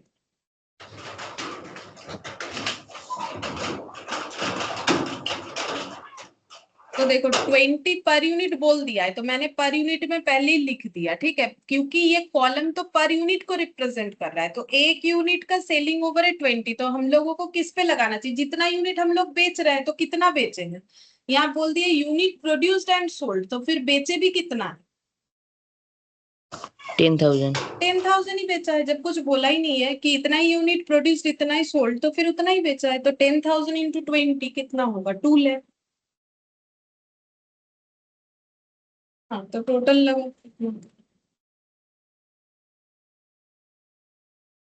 104.48 इंटू 10,000 कर लो तो बेटा 10 लोग तो इसको हम लोग बोलेंगे कॉस्ट ऑफ सेल्स या फिर टोटल कॉस्ट बोला जाता है। अच्छा, अब हम लोग को बोला था प्रॉफिट भी दिखाने के लिए, तो प्रॉफिट कैसे दिखाओगे? तो 120 करके बेचा है, ठीक है, तो प्रॉफिट क्या होगा? ऐड कॉस्ट में प्रॉफिट ऐड होता है तो ही तो सेलिंग प्राइस निकल के आता है। तो सेलिंग प्राइस तो हम लोग निकाल सकते हैं, सेल्स वैल्यू लिखते हैं, ठीक है, क्योंकि सेल्स वैल्यू तो ये 120 करके है, ये क्वेश्चन बताए, तो 120 करके 10,000 यूनिट, तो सेल वैल्यू कितना हो जाएगा? 12 लाख। ठीक है, अब प्रॉफिट बैलेंस करके निकालो कि 120 में बेचा 104.48 का चीज, तो कितना प्रॉफिट हुआ? माइनस करने से ही पता चलेगा, सेल से कॉस्ट को माइनस करने से ही प्रॉफिट पता चलेगा। 1,55,200। टोटल 1,55,200 और इधर डिवाइडेड में मैंने এটা মাইনাস করলেও হবে, 10,000 দিয়ে ভাগ করলেও হবে, যেটা ইচ্ছা করতে পারো।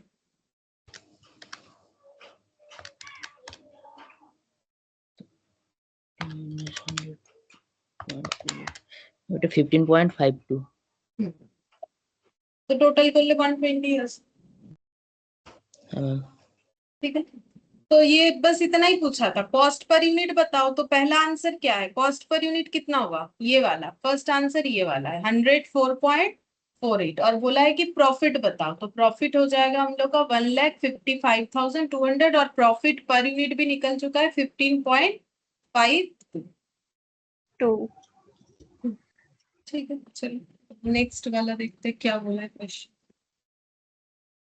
सो यहाँ पर ना सही बोल रहा है, Atharva Pharmacare limited produced a uniform type of product. अच्छा देखो, क्वेश्चन में हमें ना हमेशा बोलेगा नहीं यूनिट कॉस्टिंग करो, बैच कॉस्टिंग करो, लेकिन जो हिंट्स है वो हमें पढ़ के समझना पड़ेगा, ठीक है। तो ये बोल रहा है यूनिफॉर्म टाइप ऑफ प्रोडक्ट बनाता है, तो यूनिफॉर्म टाइप ऑफ प्रोडक्ट में बोलो यूनिट कॉस्टिंग लगेगा कि नहीं लगेगा, पहले ये बताओ, क्योंकि क्वेश्चन में कहीं नहीं बोला है कि अप्लाई यूनिट कॉस्टिंग, और बोलेगा भी नहीं एग्जाम में, तो बिल्कुल नहीं बोलेगा, तो ये पढ़ के ही समझना पड़ेगा। तो इसीलिए जो स्टार्टिंग में इतना कुछ बोला, इस वजह से।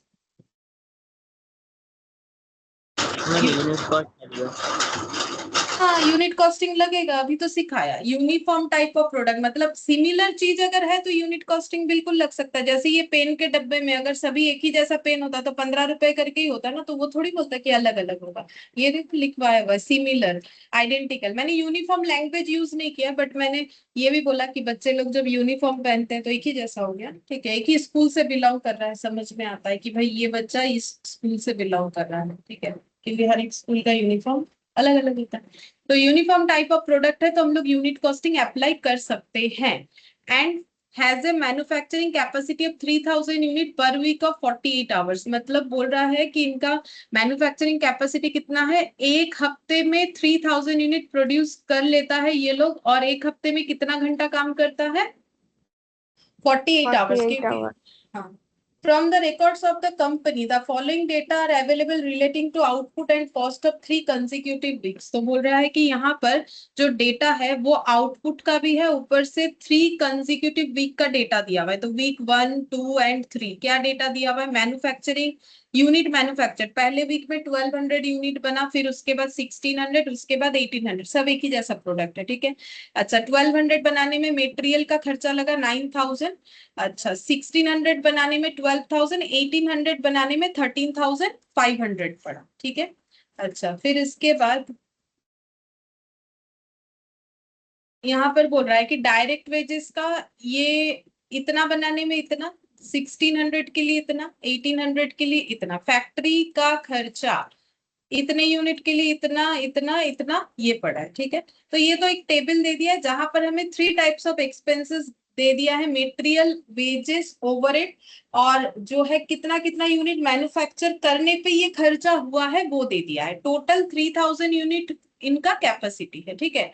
अच्छा, अब बोल रहे हैं एज्यूमिंग दैट द, अच्छा 3000 यूनिट का एक हफ्ते का कैपेसिटी है, ठीक है, लेकिन इन्होंने जो है 3 हफ्ते में टोटल इतना प्रोडक्शन किया, ठीक है, जितना भी किया हो। अब देखो बोल रहा है कि assuming that the company charge A profit of 20% on selling price, तो कंपनी ने ये डिसाइड किया है कि कितना प्रॉफिट कमाएगा, बोल रहा है उतना होगा जो कि सेलिंग प्राइस पे 20% प्रॉफिट कमाएगा। Find out the selling price per unit when the weekly output is 2000 unit. अच्छा, और एक चीज भी बोल रखा है, बोल रहा है कि हमें सेलिंग प्राइस पर यूनिट निकालना है जब वीकली आउटपुट 2000 होगा, मतलब ना तो 1200, 1600, 1800, इसके ऊपर नहीं, 2000 यूनिट अगर हम लोग 1 वीक में प्रोड्यूस कर रहे हैं तो हम लोग का सेलिंग प्राइस कितना होना चाहिए। पहला बात है, जब मुझे सेलिंग प्राइस निकालना है तो मुझे दो चीज चाहिए, एक चाहिए कॉस्ट और दूसरा क्या चाहिए?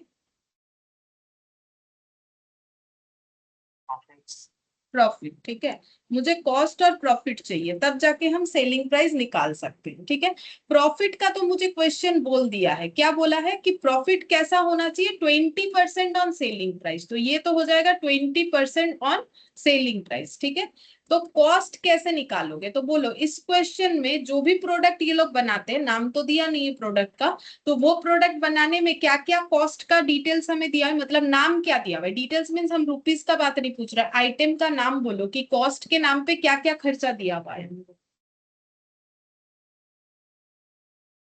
वही तो, ये लोग खर्चा नहीं तो क्या क्या खर्चा दिया हुआ है कॉस्ट के नाम? Direct material, direct wages, factory overhead. Factory overhead, ये 3 दिया हुआ है। ये तीनों खर्चे को अगर हम लोग 2000 यूनिट के लिए कितना हो रहा है ये अगर निकाल लेते हैं, क्योंकि मुझे तो 2000 यूनिट पे बनाना है, तो 2000 यूनिट के लिए कितना खर्चा है वो अगर हम निकाल लेंगे कि 2000 यूनिट बनाने के लिए मटेरियल का खर्चा, 2000 यूनिट बनाने के लिए वेजेस का खर्चा, 2000 यूनिट बनाने के लिए फैक्ट्री ओवरहेड का खर्चा, फिर प्रॉफिट को ऐड कर देंगे तो मुझे सेलिंग प्राइस पर यूनिट मिल जाएगा, जो कि क्वेश्चन का रिक्वायरमेंट है, ठीक है। अच्छा, अब कैसे निकालेंगे? चलो पहले लिख लेते हैं, जितना समझा उस चीज को। लिखने का मतलब है पहले हम लोग स्ट्रक्चर बनाते हैं कि हमें पूछा क्या है, उसके अगेंस्ट में हमारा प्रेजेंटेशन क्या होना चाहिए। तो सबसे पहले हम लोग को तो पूछा है, लिखो स्टेटमेंट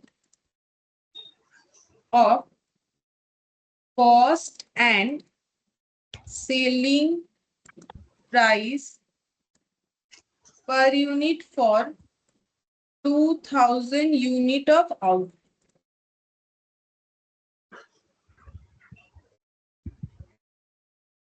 पर्टिकुलर्स,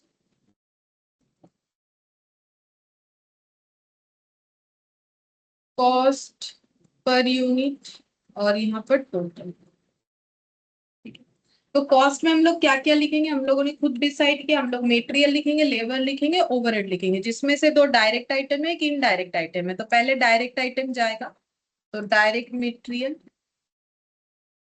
ठीक है। मुझे अभी नहीं पता है कि क्या लिखना है ये दो कॉलम में, लेकिन कितना अमाउंट लिखना है वो नहीं पता, क्या लिखना है वो पता है, तो वो हम लिख रहे हैं।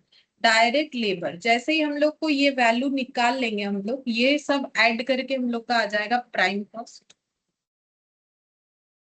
फिर इसमें ऐड कर देंगे फैक्ट्री ओवरहेड, ठीक है, मैंने शॉर्ट में लिख दिया है फैक्ट्री ओवरहेड। तो ये ऐड करने से हम लोग का आ जाएगा, फैक्ट्री ओवरहेड में ना थोड़ा जगह रखो, ठीक है, जगह रखना पड़ेगा। फैक्ट्री ओवरहेड ये ऐड करेंगे बस, और कोई खर्चा हमें बोला नहीं है। फैक्ट्री ओवरहेड में जगह इसीलिए रखने बोल रहे हैं कि ठीक है रखो, अभी बताते हैं।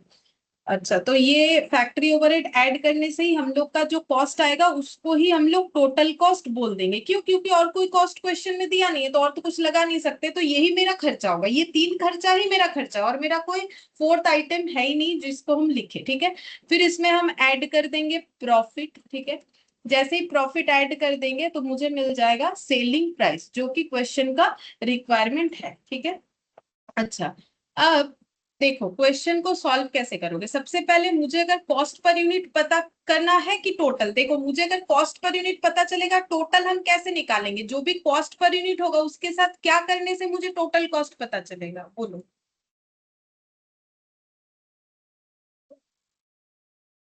मल्टीप्लाई करने से। हाँ, कत दी मल्टीप्लाई करोगे? ठीक है, मल्टीप्लाई, लेकिन कितना मल्टीप्लाई करना पड़ेगा? 2000, जितना यूनिट बना रहे हो ना उतना ही तो मल्टीप्लाई करो। हाँ कि ना? जो भी खर्चा हाँ होगा वो तो मुझे 2000 पे निकालना पड़ेगा ना। तो हाँ हाँ। देखो मेरे पास टोटल निकालने के लिए एक डेटा अवेलेबल है 2000, बट कॉस्ट पर यूनिट मुझे नहीं पता है, मुझे निकालना पड़ेगा। तो क्या क्वेश्चन में ऐसा कुछ गिवन है जिससे हम लोग निकाल सकते हैं? बिल्कुल निकाल सकते हैं। कैसे? अब तुम लोग का काम क्या है, तुम लोग को हम एक टास्क दे रहे हैं कि 9000 मेटेरियल का खर्चा लग के अगर 1200 यूनिट मेटेरियल बना है तो मेटेरियल का कॉस्ट पर यूनिट कितना है? मतलब एक यूनिट में मेटेरियल का कितना खर्चा हुआ है, बोलो।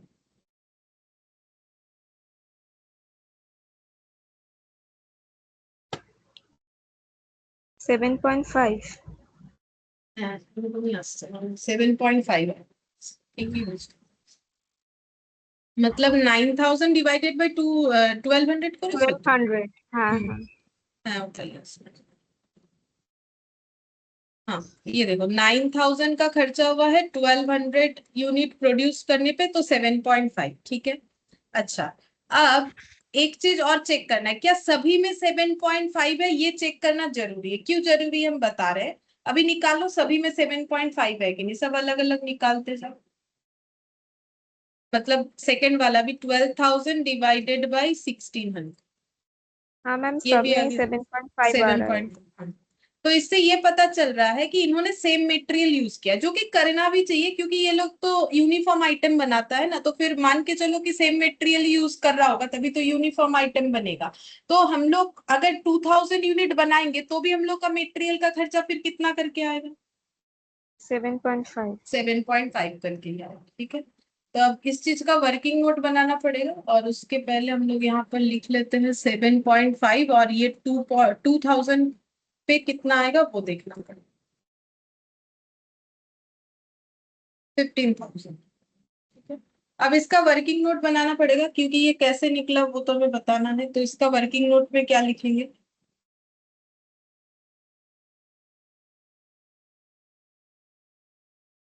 अच्छा, एक चीज और पूछ लेते, सभी का 7.5 आया, इससे ये भी तो समझ में आता है कि ये हम लोग का कैसा खर्चा है?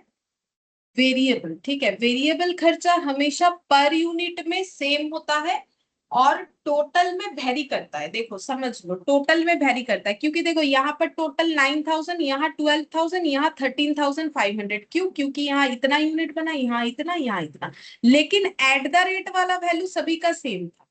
ठीक है, तो जिसमें एट द रेट वाला वैल्यू सभी का सेम होता है वही मेरा वेरिएबल खर्चा होता है। ठीक है, और फिक्स्ड का अलग होता है। मतलब वेरिएबल खर्चे का मतलब क्या है? वेरिएबल कॉस्ट का मतलब होता है जो आउटपुट के ऊपर डिपेंड करता है। आउटपुट बढ़ने से खर्चा बढ़ेगा, आउटपुट कम होने से खर्चा कम होगा। ठीक है, जैसे मान लो कि, और क्या मटेरियल का हम एग्जांपल दें, जैसे मान लो कि अगर तुम लोग जो है 5,000 यूनिट बना रहे हो तो उसमें मेटेरियल जितना लगेगा, 10,000 बनाओगे उसमें ज्यादा लगेगा। तो जितना ज्यादा प्रोडक्शन करोगे वेरिएबल खर्चा उतना बढ़ेगा। वेरिएबल खर्चे का मतलब वो खर्चा जो प्रोडक्शन की क्वांटिटी के ऊपर डिपेंड करता है।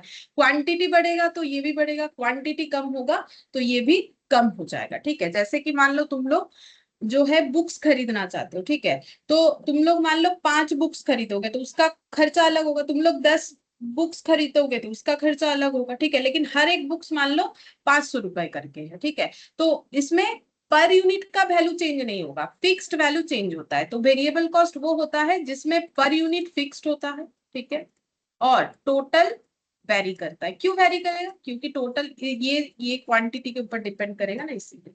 अच्छा, अब इस चीज को ही मतलब वर्किंग नोट में लिखना पड़ेगा, इसीलिए मैंने समझाया, ये जरूरी है समझ लेना, ठीक है।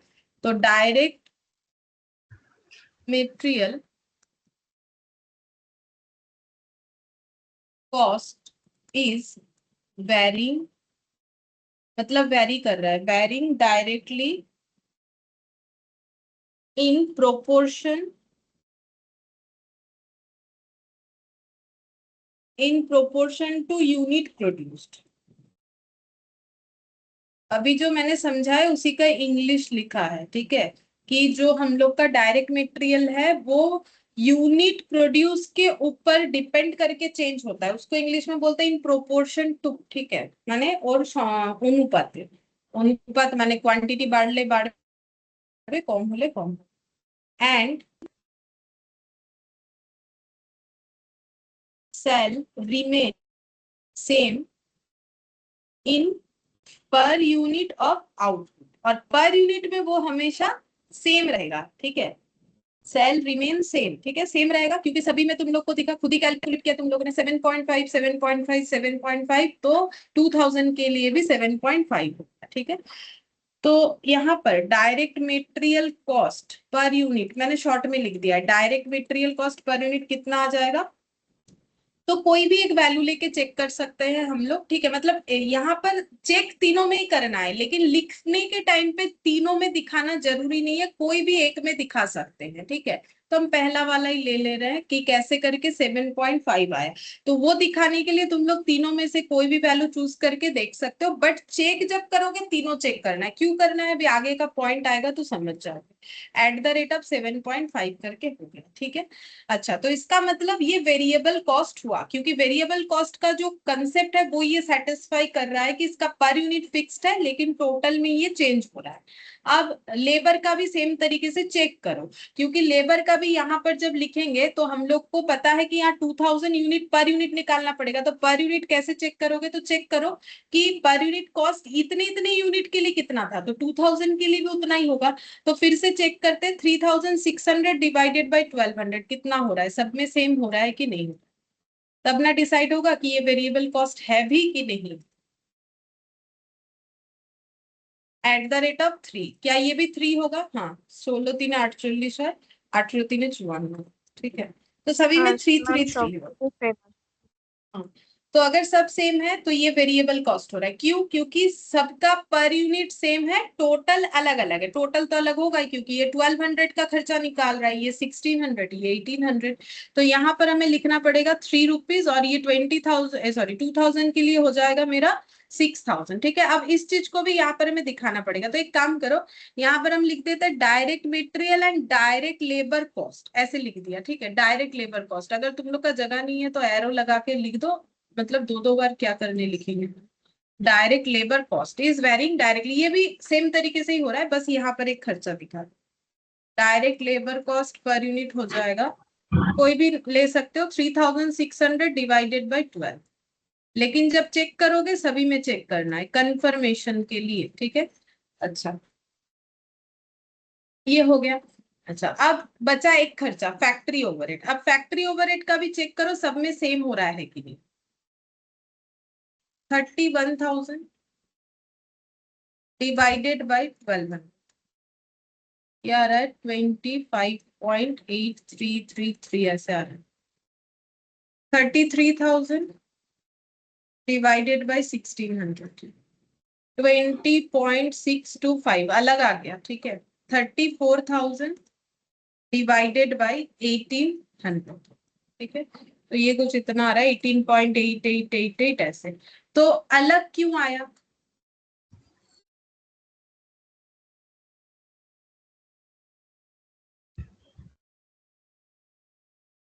बोलो, अलग क्यों आया?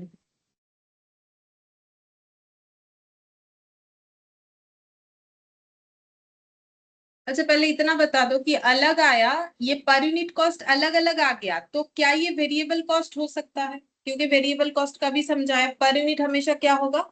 না, এটা ভ্যারিয়েবল কস্ট হবে না, পার ইউনিট গুলো हम्म, সব যদি সেম হতো তাহলে ভ্যারিয়েবল কস্ট হতো। तो ये वेरिएबल कॉस्ट कभी नहीं हो सकता क्योंकि इसका पर यूनिट सेम नहीं है, ठीक है। लेकिन क्या फिर ये फिक्स्ड कॉस्ट है? नहीं, फिक्स्ड कॉस्ट भी नहीं है। कैसे समझोगे? अगर फिक्स्ड कॉस्ट होता है, इतना यूनिट बनाओ, इतना यूनिट बनाओ या इतना यूनिट बनाओ, सभी में सेम कॉस्ट दिखना चाहिए, उसी को फिक्स्ड कॉस्ट बोलते हैं। जैसे रेंट, अगर फैक्ट्री रेंट पे लिया हुआ है, ठीक है, तो 1200 बनाओ, 1600 बनाओ, 1800 बनाओ या जितना भी यूनिट बनाओ, थोड़ी ना रेंट में कोई चेंज होने वाला है, नहीं होने वाला है, ठीक है। तो फिक्स्ड खर्चा जो होता है उसमें तो टोटल देखो, फिक्स्ड का समझ लो, फिक्स्ड कॉस्ट का क्या है, फिक्स्ड कॉस्ट जो है उसका टोटल हमेशा फिक्स्ड होगा, टोटल कभी भी चेंज नहीं होगा, और पर यूनिट वेरी करेगा। तो तुम लोग बोल ही सकते हो इसमें तो पर यूनिट वेरी कर गया, तो ये फिक्स्ड कॉस्ट हो गया। लेकिन पर यूनिट वेरी किया, लेकिन टोटल कहाँ फिक्स्ड है? टोटल तो फिक्स्ड नहीं है, तो इसका मतलब ये फिक्स्ड भी नहीं है, ये वेरिएबल भी नहीं है, तो फिर कौन सा खर्चा है? अगर कोई खर्चा फिक्स्ड भी नहीं है, वेरिएबल भी नहीं है, तो फिर कौन सा? Same variable. सेमी वेरिएबल, यानी दोनों का मिक्स्ड अप, मतलब थोड़ा थोड़ा फिक्स्ड है इसके अंदर और थोड़ा थोड़ा वेरिएबल आइटम है, तो वो हमें निकालना पड़ेगा कि इसमें कितना फिक्स्ड है और कितना वेरिएबल है, ठीक है। तो वो कैसे निकालेंगे वो समझना। Working note number 2।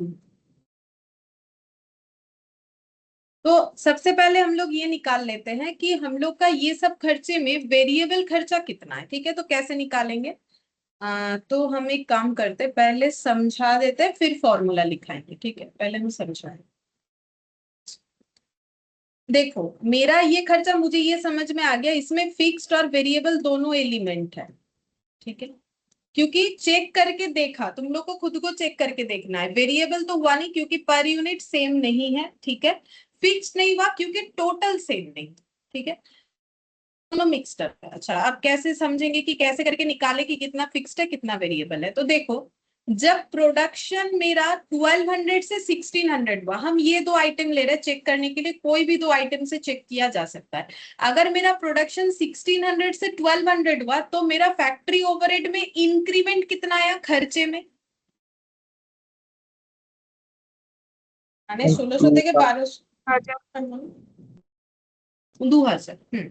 तो देखो 2000 বেশি। 30, हाँ 30,000 खर्चा हो गया 31 से। अगर मैंने प्रोडक्शन बढ़ा दिया है, कितना कितना बढ़ा प्रोडक्शन इसके अगेंस्ट में? 400 यूनिट, ठीक है। तो मुझे एक चीज बोलो, तो एक एक यूनिट पे कितना खर्चा बढ़ गया? मतलब मेरा जो 2000 का खर्चा बढ़ा क्योंकि मैंने एक्स्ट्रा 400 प्रोडक्शन और किया, तो मेरा खर्चा 31 से 33 हुआ बिकॉज ऑफ एक्स्ट्रा 400 प्रोडक्शन। तो पर यूनिट प्रोडक्शन में कितना खर्चा बढ़ा? 400 के लिए 2000, तो एक एक के लिए कितना है? वही तो पर यूनिट होगा, 5 টাকা করে। 5 रुपया करके, ठीक है, 5 টাকা করে বেড়েছে। तो अब ये जो खर्चा बढ़ रहा है, ये इसका नेचर फिर क्या है? जो बढ़ रहा है, सुनो, जो बढ़ रहा है क्वांटिटी बढ़ने के लिए, प्रोडक्शन क्वांटिटी बढ़ा तो जो खर्चा बढ़ा, तो वो फिक्स्ड है कि वेरिएबल है? ফিক্সড। अभी तो समझा है, क्वांटिटी बढ़ने से फिक्स नहीं बढ़ सकता है ना। जैसे अगर हम लोग 10,000 यूनिट प्रोडक्शन, एक घर में 2 लोग रहता है तो भी उसका रेंट 10,000 है। अगर मान लो 3 दोस्त मिलके रह रहे तो भी रेंट 10,000 ही होगा, 3 लोग रहने से थोड़ी ना रेंट बढ़ जाएगा। तो फिक्स्ड खर्चा ये नहीं हो सकता है। जो यूनिट प्रोडक्शन पे बढ़ेगा वो कौन सा खर्चा हो? ভ্যারিয়েবল। वेरिएबल, ठीक है।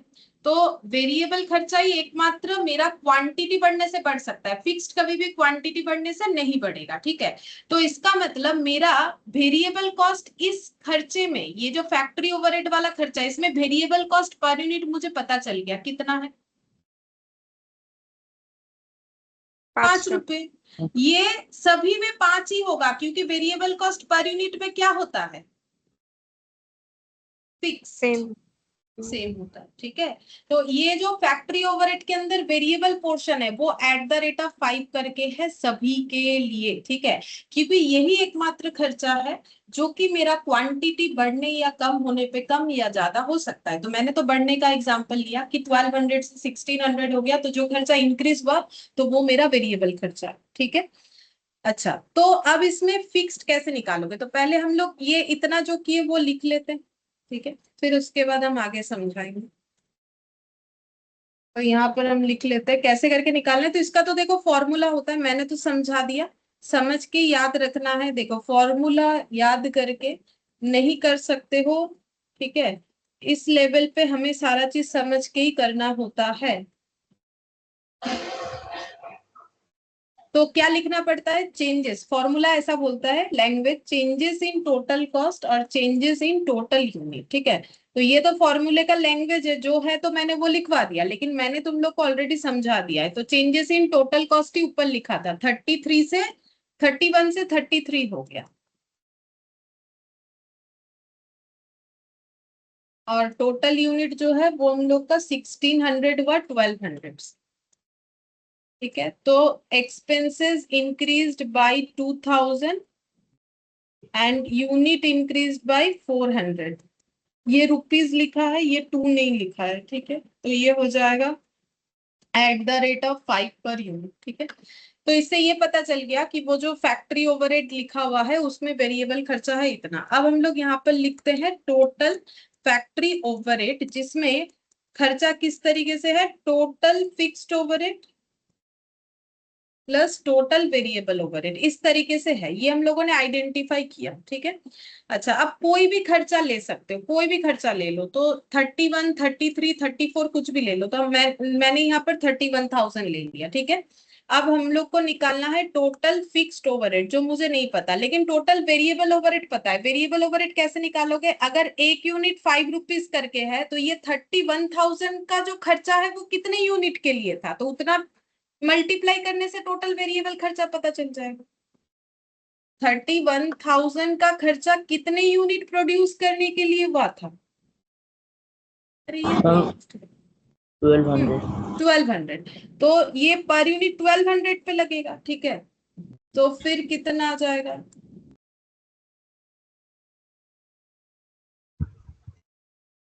6000।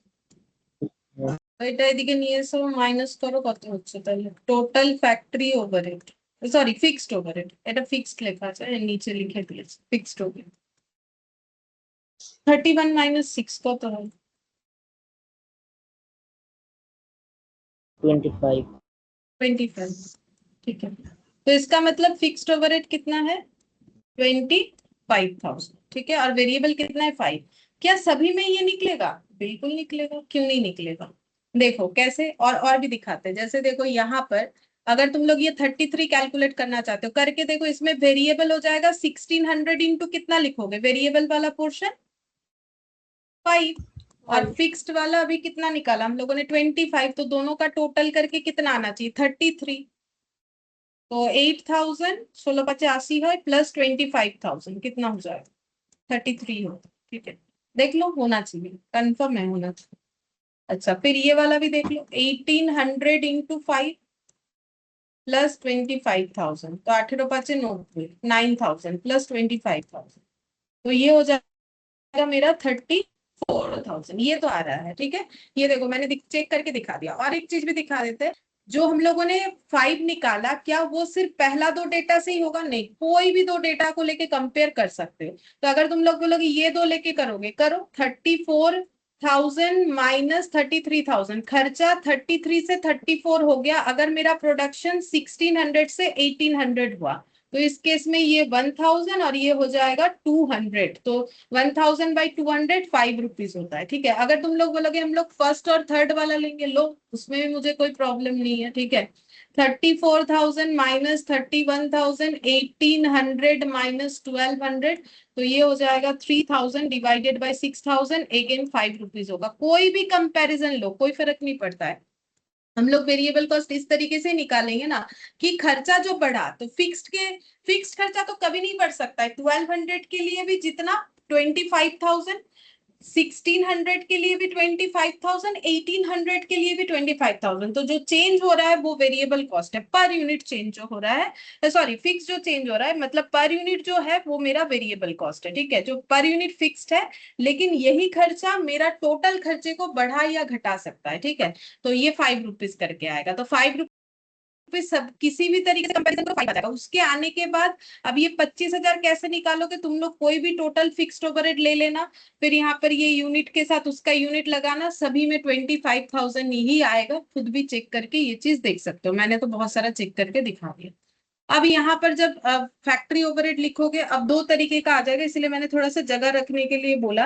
अब अगर तुम लोग सोच रहे हो एग्जाम में हमें कैसे पता चलेगा, नहीं तुम लोग ऐसा मत करना, तुम लोग अपना पहले वर्किंग नोट ही बना लेना, फिर उसके बाद स्ट्रक्चर बनाना कि कितना जगह रखना है कितना नहीं रखना है, ठीक है। वो मुझे पता था तो मैंने बता दिया, तुम लोग को तो नहीं पता चलेगा ना।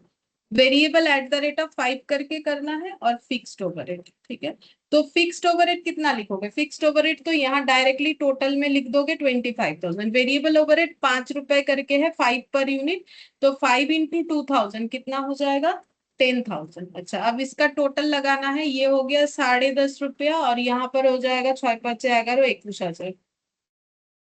अच्छा, तो ये टोटल कितना हो जाएगा, 15.50, और ये हो गया 25, मैंने 20 20 40 50 56, 56,000, ठीक है।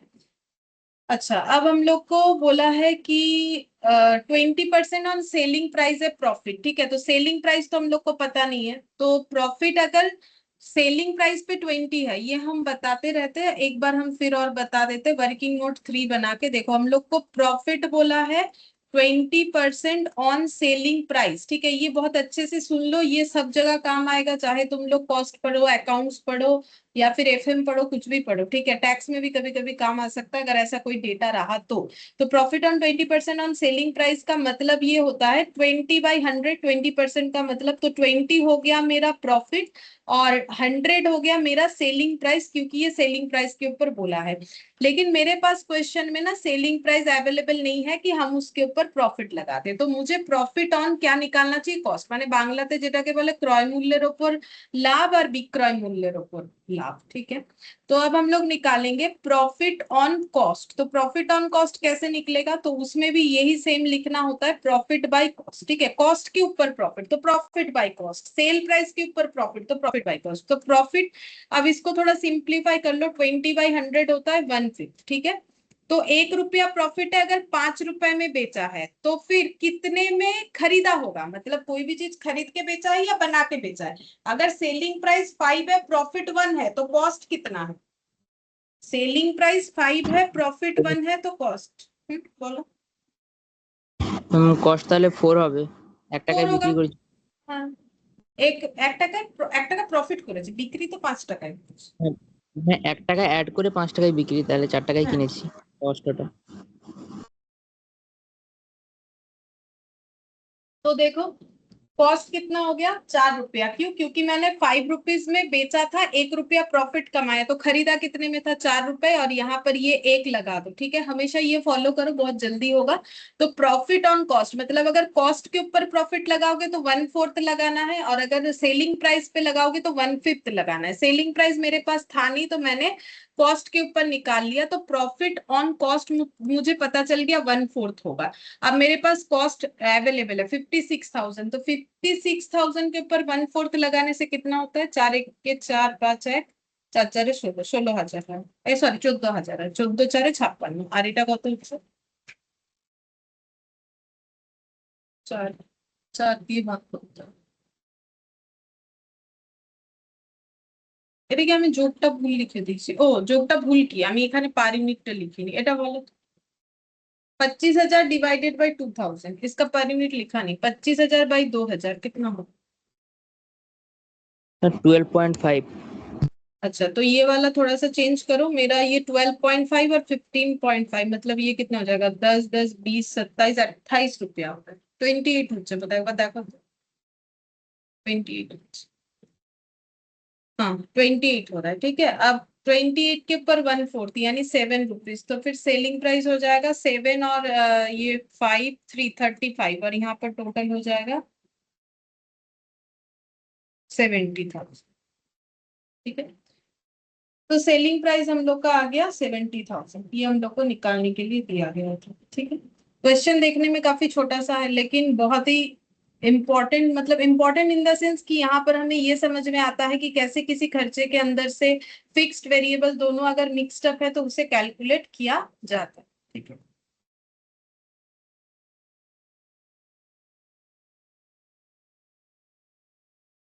अच्छा ये जो है ये हम लोग का बैच कॉस्टिंग है, लेकिन अभी तो मैंने तुम लोग को बैच पढ़ा ही, बैच का है क्या, एक मिनट देख लेते हैं।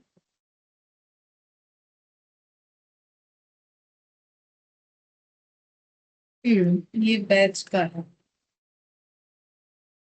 जॉब हम लोग यूनिट कॉस्टिंग का ही पहले करेंगे, ये भी बैच का क्वेश्चन आ गया, इधर भी बैच का क्वेश्चन आ गया, हम लोग यहाँ से करते हैं। यहाँ कुछ क्वेश्चन है, यहाँ मिल रहे।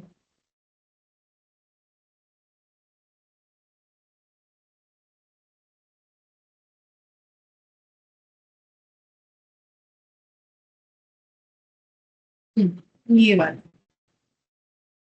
क्वेश्चन नंबर 1 बोल रहा है wonder limited has a capacity of 1,20,000 unit per annum, मतलब पूरे 1 ईयर में 1,20,000 यूनिट प्रोडक्शन करने का कैपेबिलिटी है। As its optimum capacity, optimum मतलब ये इतना, मैक्सिमम मतलब ज्यादा से ज्यादा इतना कर सकता है। The production cost are as under, direct material cost दे दिया है, डायरेक्ट लेबर कॉस्ट दे दिया है, ओवरहेड में फिक्स्ड बता दिया है। देखो वेरिएबल जो हम लोग निकाले ना अभी उस क्वेश्चन में, यहाँ हम लोग को दे दिया है fixed 30 lakh per annum, variable 100 per unit, semi variable 20 lakh per annum up to 50% capacity, and an extra amount of 4 lakh for every 25% increase in capacity or part thereof। तो इस ये इंपॉर्टेंट पॉइंट है, यहाँ पर बोल रहा है कि सेमी वेरिएबल खर्चा कितना होता है 20 लाख पर एनम, अगर हम लोग 50% कैपेसिटी यूटिलाइज कर रहे हैं तो अपने प्रोडक्शन का। लेकिन अगर हम लोग 50% से ज्यादा कैपेसिटी यूटिलाइज करने का कोशिश करते हैं तो बोल रहा है एक्स्ट्रा कितना लग जाएगा 4 lakh for every 25% increase in capacity और पार्ट देयर ऑफ, मतलब बोल रहा है हर 25% इंक्रीज एक्स्ट्रा होने पे। मतलब देखो अगर हम लोग 50% तक कैपेसिटी यूटिलाइज करते हैं, मतलब 0 से लेके 50%, तो 1% करो, 2% करो, 3% करो, जितना भी करो, मेरा ये खर्चा सेमी वेरिएबल कितना आएगा 20 लाख पर एनम आएगा। ठीक है, और अगर हम लोग इससे 50% से ज्यादा यूटिलाइज करते हैं तो कितना ज्यादा, बोल रहा है कि हर 25% एक्स्ट्रा कैपेसिटी यूटिलाइज करने पे 4 लाख करके हम लोग का एक्स्ट्रा खर्चा होगा, ये चीज बोला है।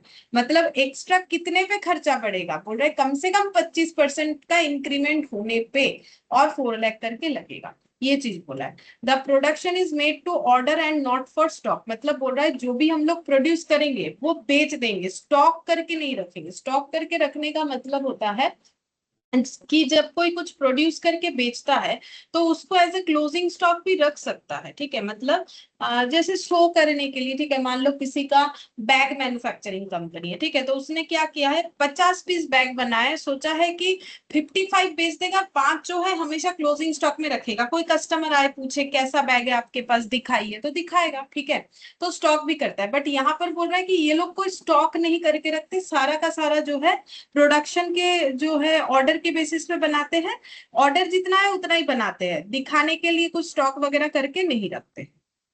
फिर बोल रहा है if the production program of the factory is an indicated below and the management desire a profit of 20 lakh, बोल रहा है कि production program of factory is as indicated below, जैसे नीचे यहाँ बोल रखा है वो देखते हैं क्या बोल रखा है। और मैनेजमेंट चाहता है कि 20 लाख का प्रॉफिट कमाए पूरे एक साल में। Determine the average selling price at which each unit should be coated, बोल रहा है कि सेलिंग प्राइस बोलो जिसमें हम लोग एक एक यूनिट बेच सकते हैं, मतलब सेल प्राइस बताने के लिए। अच्छा तो प्रोडक्शन कैसे होगा, बोल रहा है पूरे साल में फर्स्ट 3 मंथ्स 50% कैपेसिटी यूटिलाइज करके हम लोगों ने प्रोडक्शन किया है, और बाकी के 9 मंथ्स, क्योंकि 9+3 करते हो तो ही 12 मंथ्स होता है, बाकी के 9 मंथ्स 80% कैपेसिटी यूटिलाइज करके काम किया गया है। Ignore administration selling and distribution overhead, बोल रहा है इस तरीके के कोई भी खर्चे को इग्नोर करो, दिया ही नहीं है। ठीक है, दिया ही नहीं है तो इग्नोर का क्या सवाल है। चलो दे दिया है कंफ्यूज करने के लिए, किसी को लगेगा कि पता नहीं ये क्या है। अब ये खर्चा दिया हुआ होगा तो ना हमें इग्नोर करना है नहीं करना है सोचेंगे, क्वेश्चन में दिया ही नहीं है, ठीक है। तो ये लाइन तो इररिलेवेंट हो गया, ठीक है। तो हम लोग को निकालने क्या बोला है, सेलिंग प्राइस, ठीक है। तो सेलिंग प्राइस निकालने के लिए हम लोग को क्या चाहिए, कॉस्ट और उस पे लगा हुआ प्रॉफिट। तो हम लोग को सेलिंग प्राइस पता चल जाएगा, ठीक है। चलो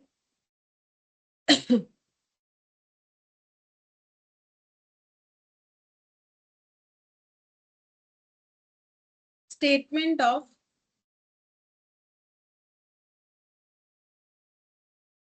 कॉस्ट एंड टोटल सेल्स। तो पूरे साल भर में हम लोग का दो तरीके से प्रोडक्शन हुआ, ठीक है। यहाँ लिखेंगे पर्टिकुलर्स। फर्स्ट 3 मंथ्स जो कैपेसिटी यूटिलाइज हुआ है वो है 50%, और नेक्स्ट 9 मंथ्स ये 80%। ऐसा क्वेश्चन में बोला हुआ है, ठीक है। मैंने अपने मन से लेकिन नहीं लिखा है, ऐसा क्वेश्चन में बोला हुआ है कि पूरे साल भर में इस तरीके से काम। और कैपेसिटी यूटिलाइजेशन के अकॉर्डिंग हम लोग यूनिट निकालते हैं कि कितना यूनिट फिर प्रोड्यूस हुआ, क्योंकि यूनिट नहीं निकालोगे तो फिर कैलकुलेशन कैसे करोगे। जैसे यहाँ 2000 यूनिट पे हम लोगों ने कैलकुलेशन किया, क्वेश्चन में बोल दिया था, यहाँ तो कैपेसिटी बोल दिया तो उसके अगेंस्ट में यूनिट निकालेंगे। तो कैपेसिटी का मतलब, कैपेसिटी को कैसे निकालेंगे, यूनिट में। तो इसको लिख देते हैं लैंग्वेज में, utilised in number of unit, ठीक है। अच्छा, तो अब देखो 100% कैपेसिटी मतलब कितना यूनिट, 1,20,000, क्योंकि बोला ये इसका ऑप्टिमम कैपेसिटी है। ऑप्टिमम मतलब ओवरऑल इतना, इससे ज्यादा नहीं कर सकता है, तो इसके लिए ये 100% है। तो 100% के लिए अगर 1,20,000 है तो 50% के लिए कितना होगा।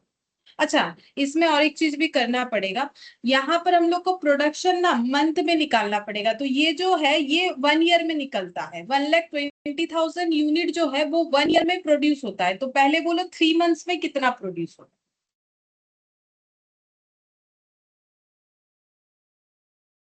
है। अगर 40,000। पूरे 40,000 पूरे 1 ईयर में अगर 1,20,000 यूनिट प्रोड्यूस्ड होता है, ठीक है।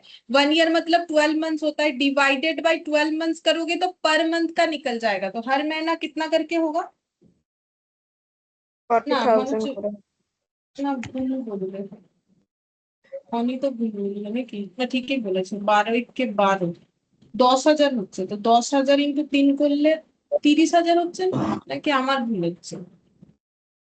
ম্যাম 30,000ই হচ্ছে। হ্যাঁ তাহলে 30,000 ओ 30 बोलते बोले तो ठीक है।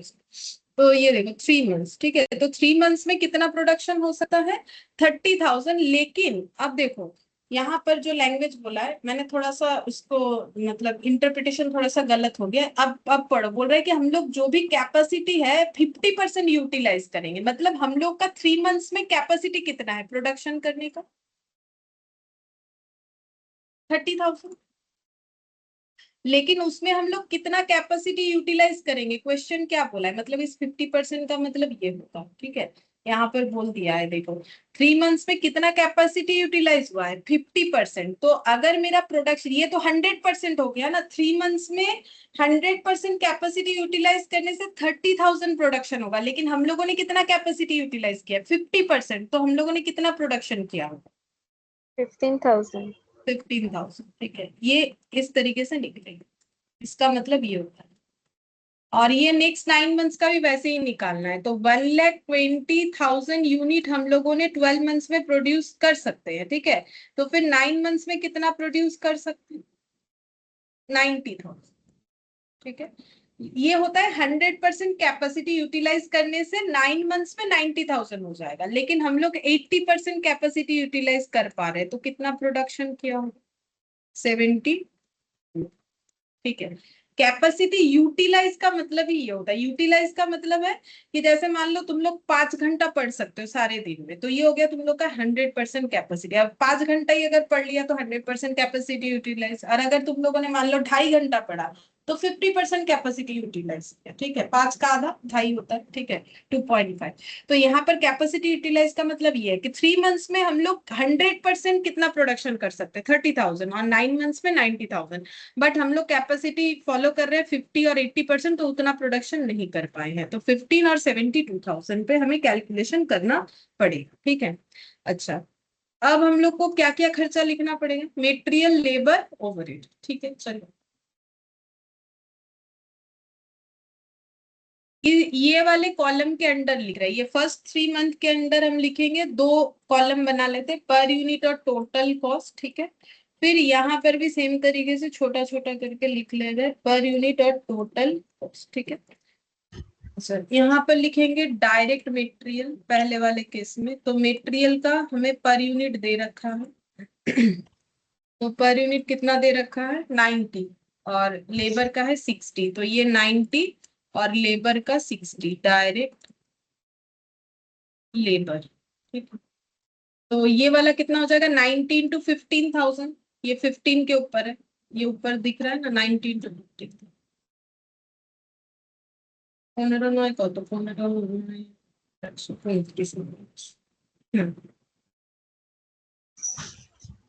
135 লাখ না 1,30,000।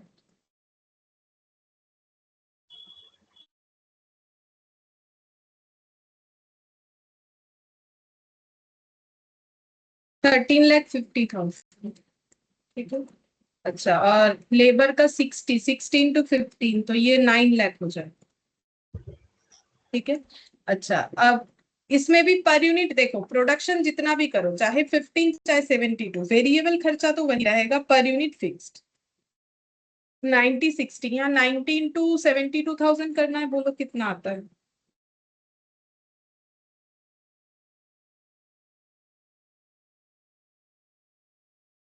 मैम 64,80,000। 64,80,000 और 16 इंटू 72 কত,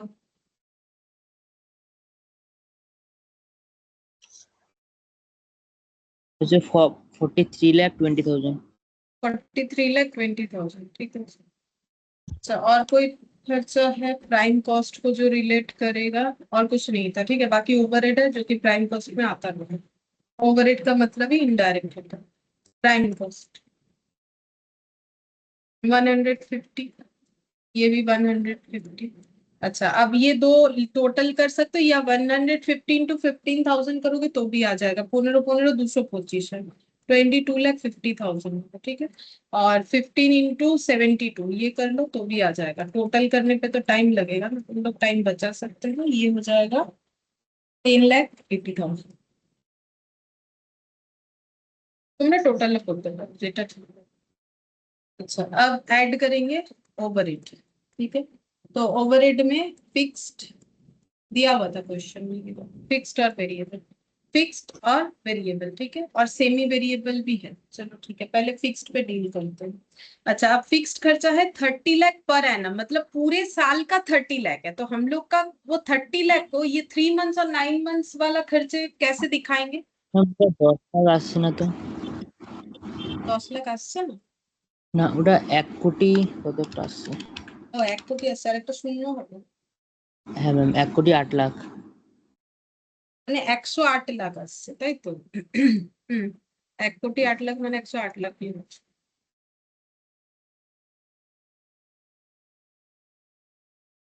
তবে তো একক দশক শতক হাজার অনুপ্রবণ, হ্যাঁ 1,08 লাখ মানে 108 লাখ, ঠিক আছে।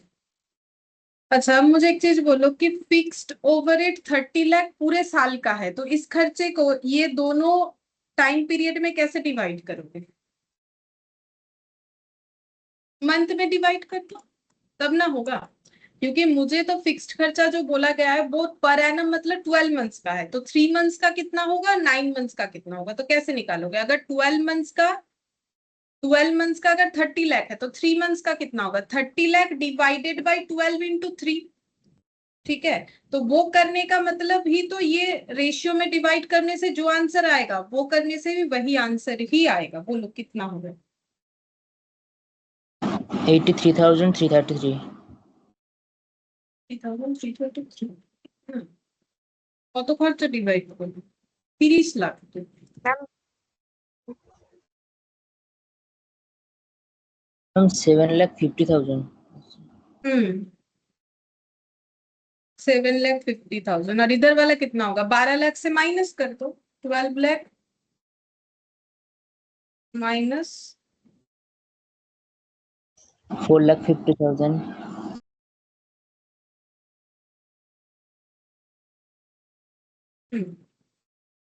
4,50,000।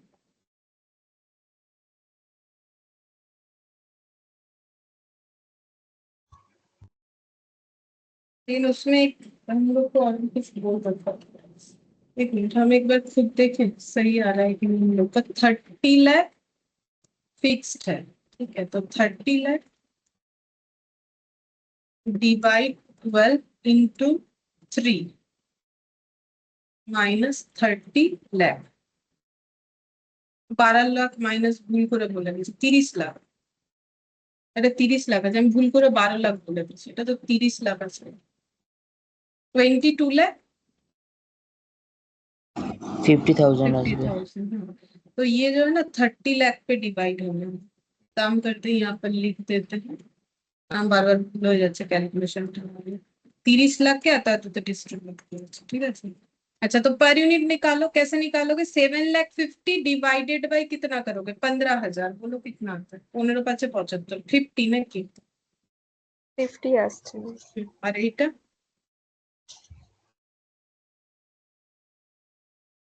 ডিভাইডেড বাই করো 72,000। 150 আসছে। 150 আসছে। 31 পয়েন্ট সামথিং আসছে। 31.25। এইটাই তো 72,000, 31.25। 25। ये वाला, ये वाला डिवाइड होगा ना 72,000 से, ये वाला तो पर यूनिट आ गया। अच्छा, फिक्स्ड ओवर लिख लिया। अब क्या लिखेंगे? वेरिएबल है, तो चलो वेरिएबल लिख लेते हैं। अच्छा, वेरिएबल में हम लोग का है 100 पर यूनिट, ये ठीक है, इसमें कोई प्रॉब्लम नहीं होगा। यहाँ लिखो 100, 100 के साथ कितना इंटू करोगे? जितना यूनिट पे बन रहा है 15,000, 15,000 इंटू 100 कितना हो जाएगा? 1,50,000। 15 लाख। 15 লাখ। আর এটা 100 ইন্টু 72,000, তাহলে 72 লাখ না কত হচ্ছে? 72 लाख, ठीक है। फिर सेमी वेरिएबल, ठीक है। अब सेमी वेरिएबल में बोला है कि 20 lakh per annum up to 50%, ठीक है। 20 लाख पर एनम बोला है, अप टू 50% कैपेसिटी। तो 50% कैपेसिटी तक अगर यूटिलाइज करेंगे तो 20 लाख, लेकिन वो तो पर एनम है, ठीक है, पूरे साल का। तो फिर 3 मंथ्स का कितना होगा वो निकालना पड़ेगा। मतलब पहले केस में तो हम लोग 50% कैपेसिटी यूटिलाइज कर रहे हैं, तो 20 लाख के ऊपर ही खर्चा होगा। लेकिन 20 लाख पूरा नहीं लिख सकते ना, क्योंकि वो 12 मंथ्स के लिए, हम लोग को तो यहाँ पर 3 मंथ्स के बेसिस पे लिखना पड़ेगा। तो कितना हो जाएगा? तो इस पे पूरा एक वर्किंग नोट ही बना लेंगे, क्योंकि नेक्स्ट वाले पे हमें काफी सारा कैलकुलेशन करना पड़ेगा। तो इतना जगह रख देते हैं, यहाँ बनाते हैं वर्किंग नोट, ठीक है। तो 50% कैपेसिटी जो हम लोग पहला यूटिलाइज कर रहे हैं, तो फिर उसमें सेमी वेरिएबल कॉस्ट, ठीक है, ये कितना हो जाएगा सेमी वेरिएबल कॉस्ट? तो 20 लाख पर एनम है, ठीक है। तो ये इसका मतलब 12 मंथ्स के लिए, तो 3 मंथ्स के लिए कितना हो जाएगा? बोलो कितना आ जाएगा? 4 दिए डिवाइड हो गया 5 लाख, ठीक है। तो ये कितना आ जा रहा है? 5 लाख। तो सेमी वेरिएबल खर्चा मेरा आ जाएगा 5 लाख टोटल में। तो फिर पर यूनिट कितना होगा? तो 5 लाख डिवाइडेड बाय कितना करोगे? 5 लाख डिवाइडेड बाय 15,000, देखो कितना आ रहा है।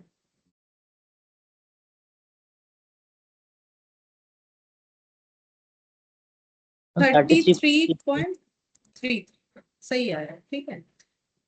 अच्छा, अब ये वाला पॉइंट जो है यहाँ पर समझना पड़ेगा, क्योंकि यहाँ पर कैपेसिटी यूटिलाइजेशन 80% है, तो उसके लिए ना कुछ बता रखा है ये वाला, ठीक है। ये पॉइंट कर लेंगे तो बस क्वेश्चन ही कंप्लीट, और तो कुछ करना है नहीं हम लोग, ठीक है। ये पॉइंट ऐड ऑन होगा। उसके बाद यहाँ पर हम लोग लिखेंगे टोटल कॉस्ट, फिर यहाँ पर ऐड करेंगे प्रॉफिट, फिर निकलेगा हम लोग का सेलिंग प्राइस, ठीक है। हाँ, जगह मैंने ठीक ही बचा है, हम पेज चेंज कर रहे हैं, मेरा पेज। अब ये वाला समझो, ये वाला मेन है इस क्वेश्चन में। जब हम लोग 80% कैपेसिटी यूटिलाइज कर रहे हैं, तो उसमें रूल्स क्या बोला है कि सेमी वेरिएबल खर्चा कैसे लगाओगे। तो बोल रहा है कि अप टू 50% तो जो लगना है वही लगेगा, ठीक है। तो यहाँ पर अप टू 50% पूरे साल में कितना लगता है, अप टू 50% में पूरे साल में लगेगा 20 लाख पर एनम। हम पूरे साल के बेसिस पे ही कर रहे हैं, ठीक है। अच्छा, और बोल रहा है कि अगर 25% करके इंक्रीमेंट हो रहा है तो 4 लाख करके लगेगा, ठीक है। तो अगर हम लोग 80% कैपेसिटी यूटिलाइज कर रहे हैं, तो क्या हम लोग 25% एक्स्ट्रा कैपेसिटी यूटिलाइज कर रहे हैं कि नहीं कर रहे हैं। क्योंकि 80 होने के लिए 50 के ऊपर कितना चाहिए, माने 80 পর্যন্ত যাওয়ার জন্য 50 এর 30, ठीक है। लेकिन हम लोग 30 डायरेक्ट नहीं लिख सकते, क्योंकि स्लैब क्या दिया है कि हर 25% इंक्रीमेंट पे 4 लाख पर एनम का खर्चा बढ़ता है, ठीक है। तो 25% इंक्रीमेंट तो हुआ है, तो कितना खर्चा बढ़ेगा, 4 लाख पर एनम, ठीक है। एंड पार्ट देयर ऑफ, और पार्ट देयर ऑफ के लिए भी हमारा 4 लाख का खर्चा, ये देखो, एंड और पार्ट देयर ऑफ, इसका मतलब होता है, মানে আমি এটাকে যদি বাংলায় বলি তাহলে এটার মানে এটাই হয় কি 50% ক্যাপাসিটি পর্যন্ত খরচা হচ্ছে আমাদের 20 লাখ, আর এক্সট্রা 4 লাখ করে লাগবে প্রতি 25% বৃদ্ধি হওয়ার জন্য, অথবা তার ভাগ, মানে 25% বা তার যে কোনো ভাগে, মানে যে কোনো পার্সেন্টেজে। তো ওটা বলেছে। तो इसको अगर हम और एक बार बता देते हैं कि अप टू 50% तक हमारा 20 लाख होगा, और एक्स्ट्रा 4 लाख करके लगेगा हर 25% इंक्रीमेंट होने पे, या फिर 25% का पार्ट। तो 25% का पार्ट कुछ भी हो सकता है, 1 2 3 4 5। तो अब 80% करने के लिए और कितना पोर्शन लेना पड़ेगा, 30 में 25 ले लिया, तो और कितना बचा, 5, ठीक है। तो नेक्स्ट 25%, नेक्स्ट 5%, तो इस पे भी कितना खर्चा होगा। तो क्वेश्चन बोल दिया 25% हो या उसका पार्ट हो, दोनों ही केस में 4 लाख होगा। तो टोटल कितना हो जाएगा, 28 लाख। 28 लाख। तो ये पूरे ईयर का होगा, क्योंकि ये पर एनम है। लेकिन हम लोग का ये 80% कैपेसिटी यूटिलाइजेशन कितने मंथ का, 9 मंथ, 9 ठीक है। तो 9 मंथ के लिए कितना होगा, 28 लाख डिवाइडेड बाई 12 इंटू 9, बोलो कितना।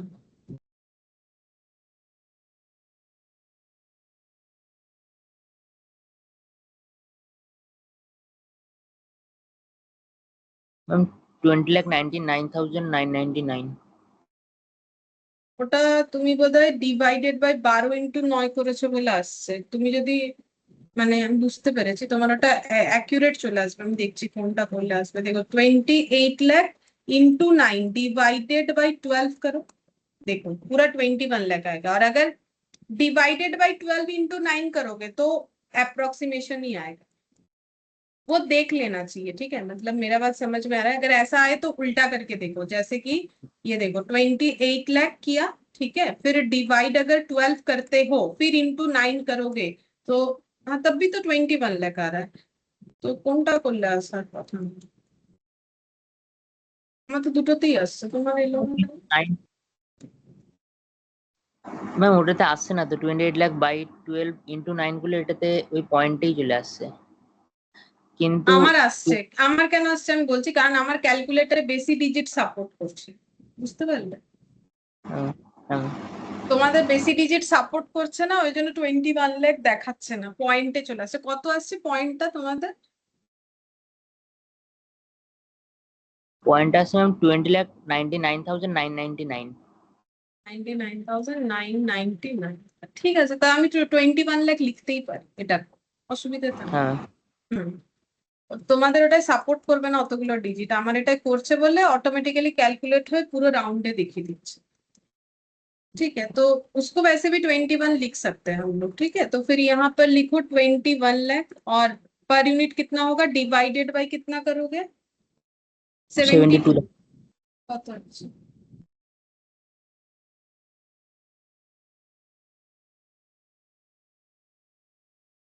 29.16। ठीक है, अब टोटल करो। टोटल इधर का पर यूनिट 150 प्लस 50 मतलब 200, 300, 333 हो रहा है, 333.33, 333.33। और ये हो गया 5 लाख और 15 लाख, 5 और 15 20 लाख, और इधर हो गया 50 50 1 लाख 20 21 लाख 21 22 और 7 কত হচ্ছে? 50 লাখ 50। আসবে। হ্যাঁ ম্যাম। আর ये वाला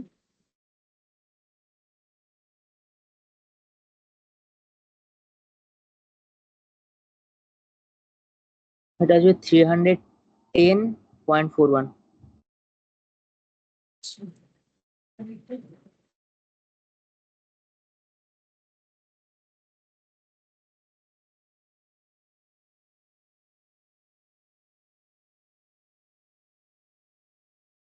এটা আসবে ম্যাম 2,23,50,000।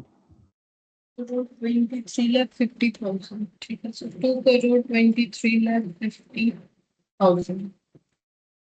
अच्छा, कैलकुलेट तो हो गया। अब हम लोग को बोला था कि क्या कैलकुलेट करने बोला था, determine the average selling price at which each unit should be quoted. हर एक यूनिट का सेलिंग प्राइस निकालने के लिए बोला था।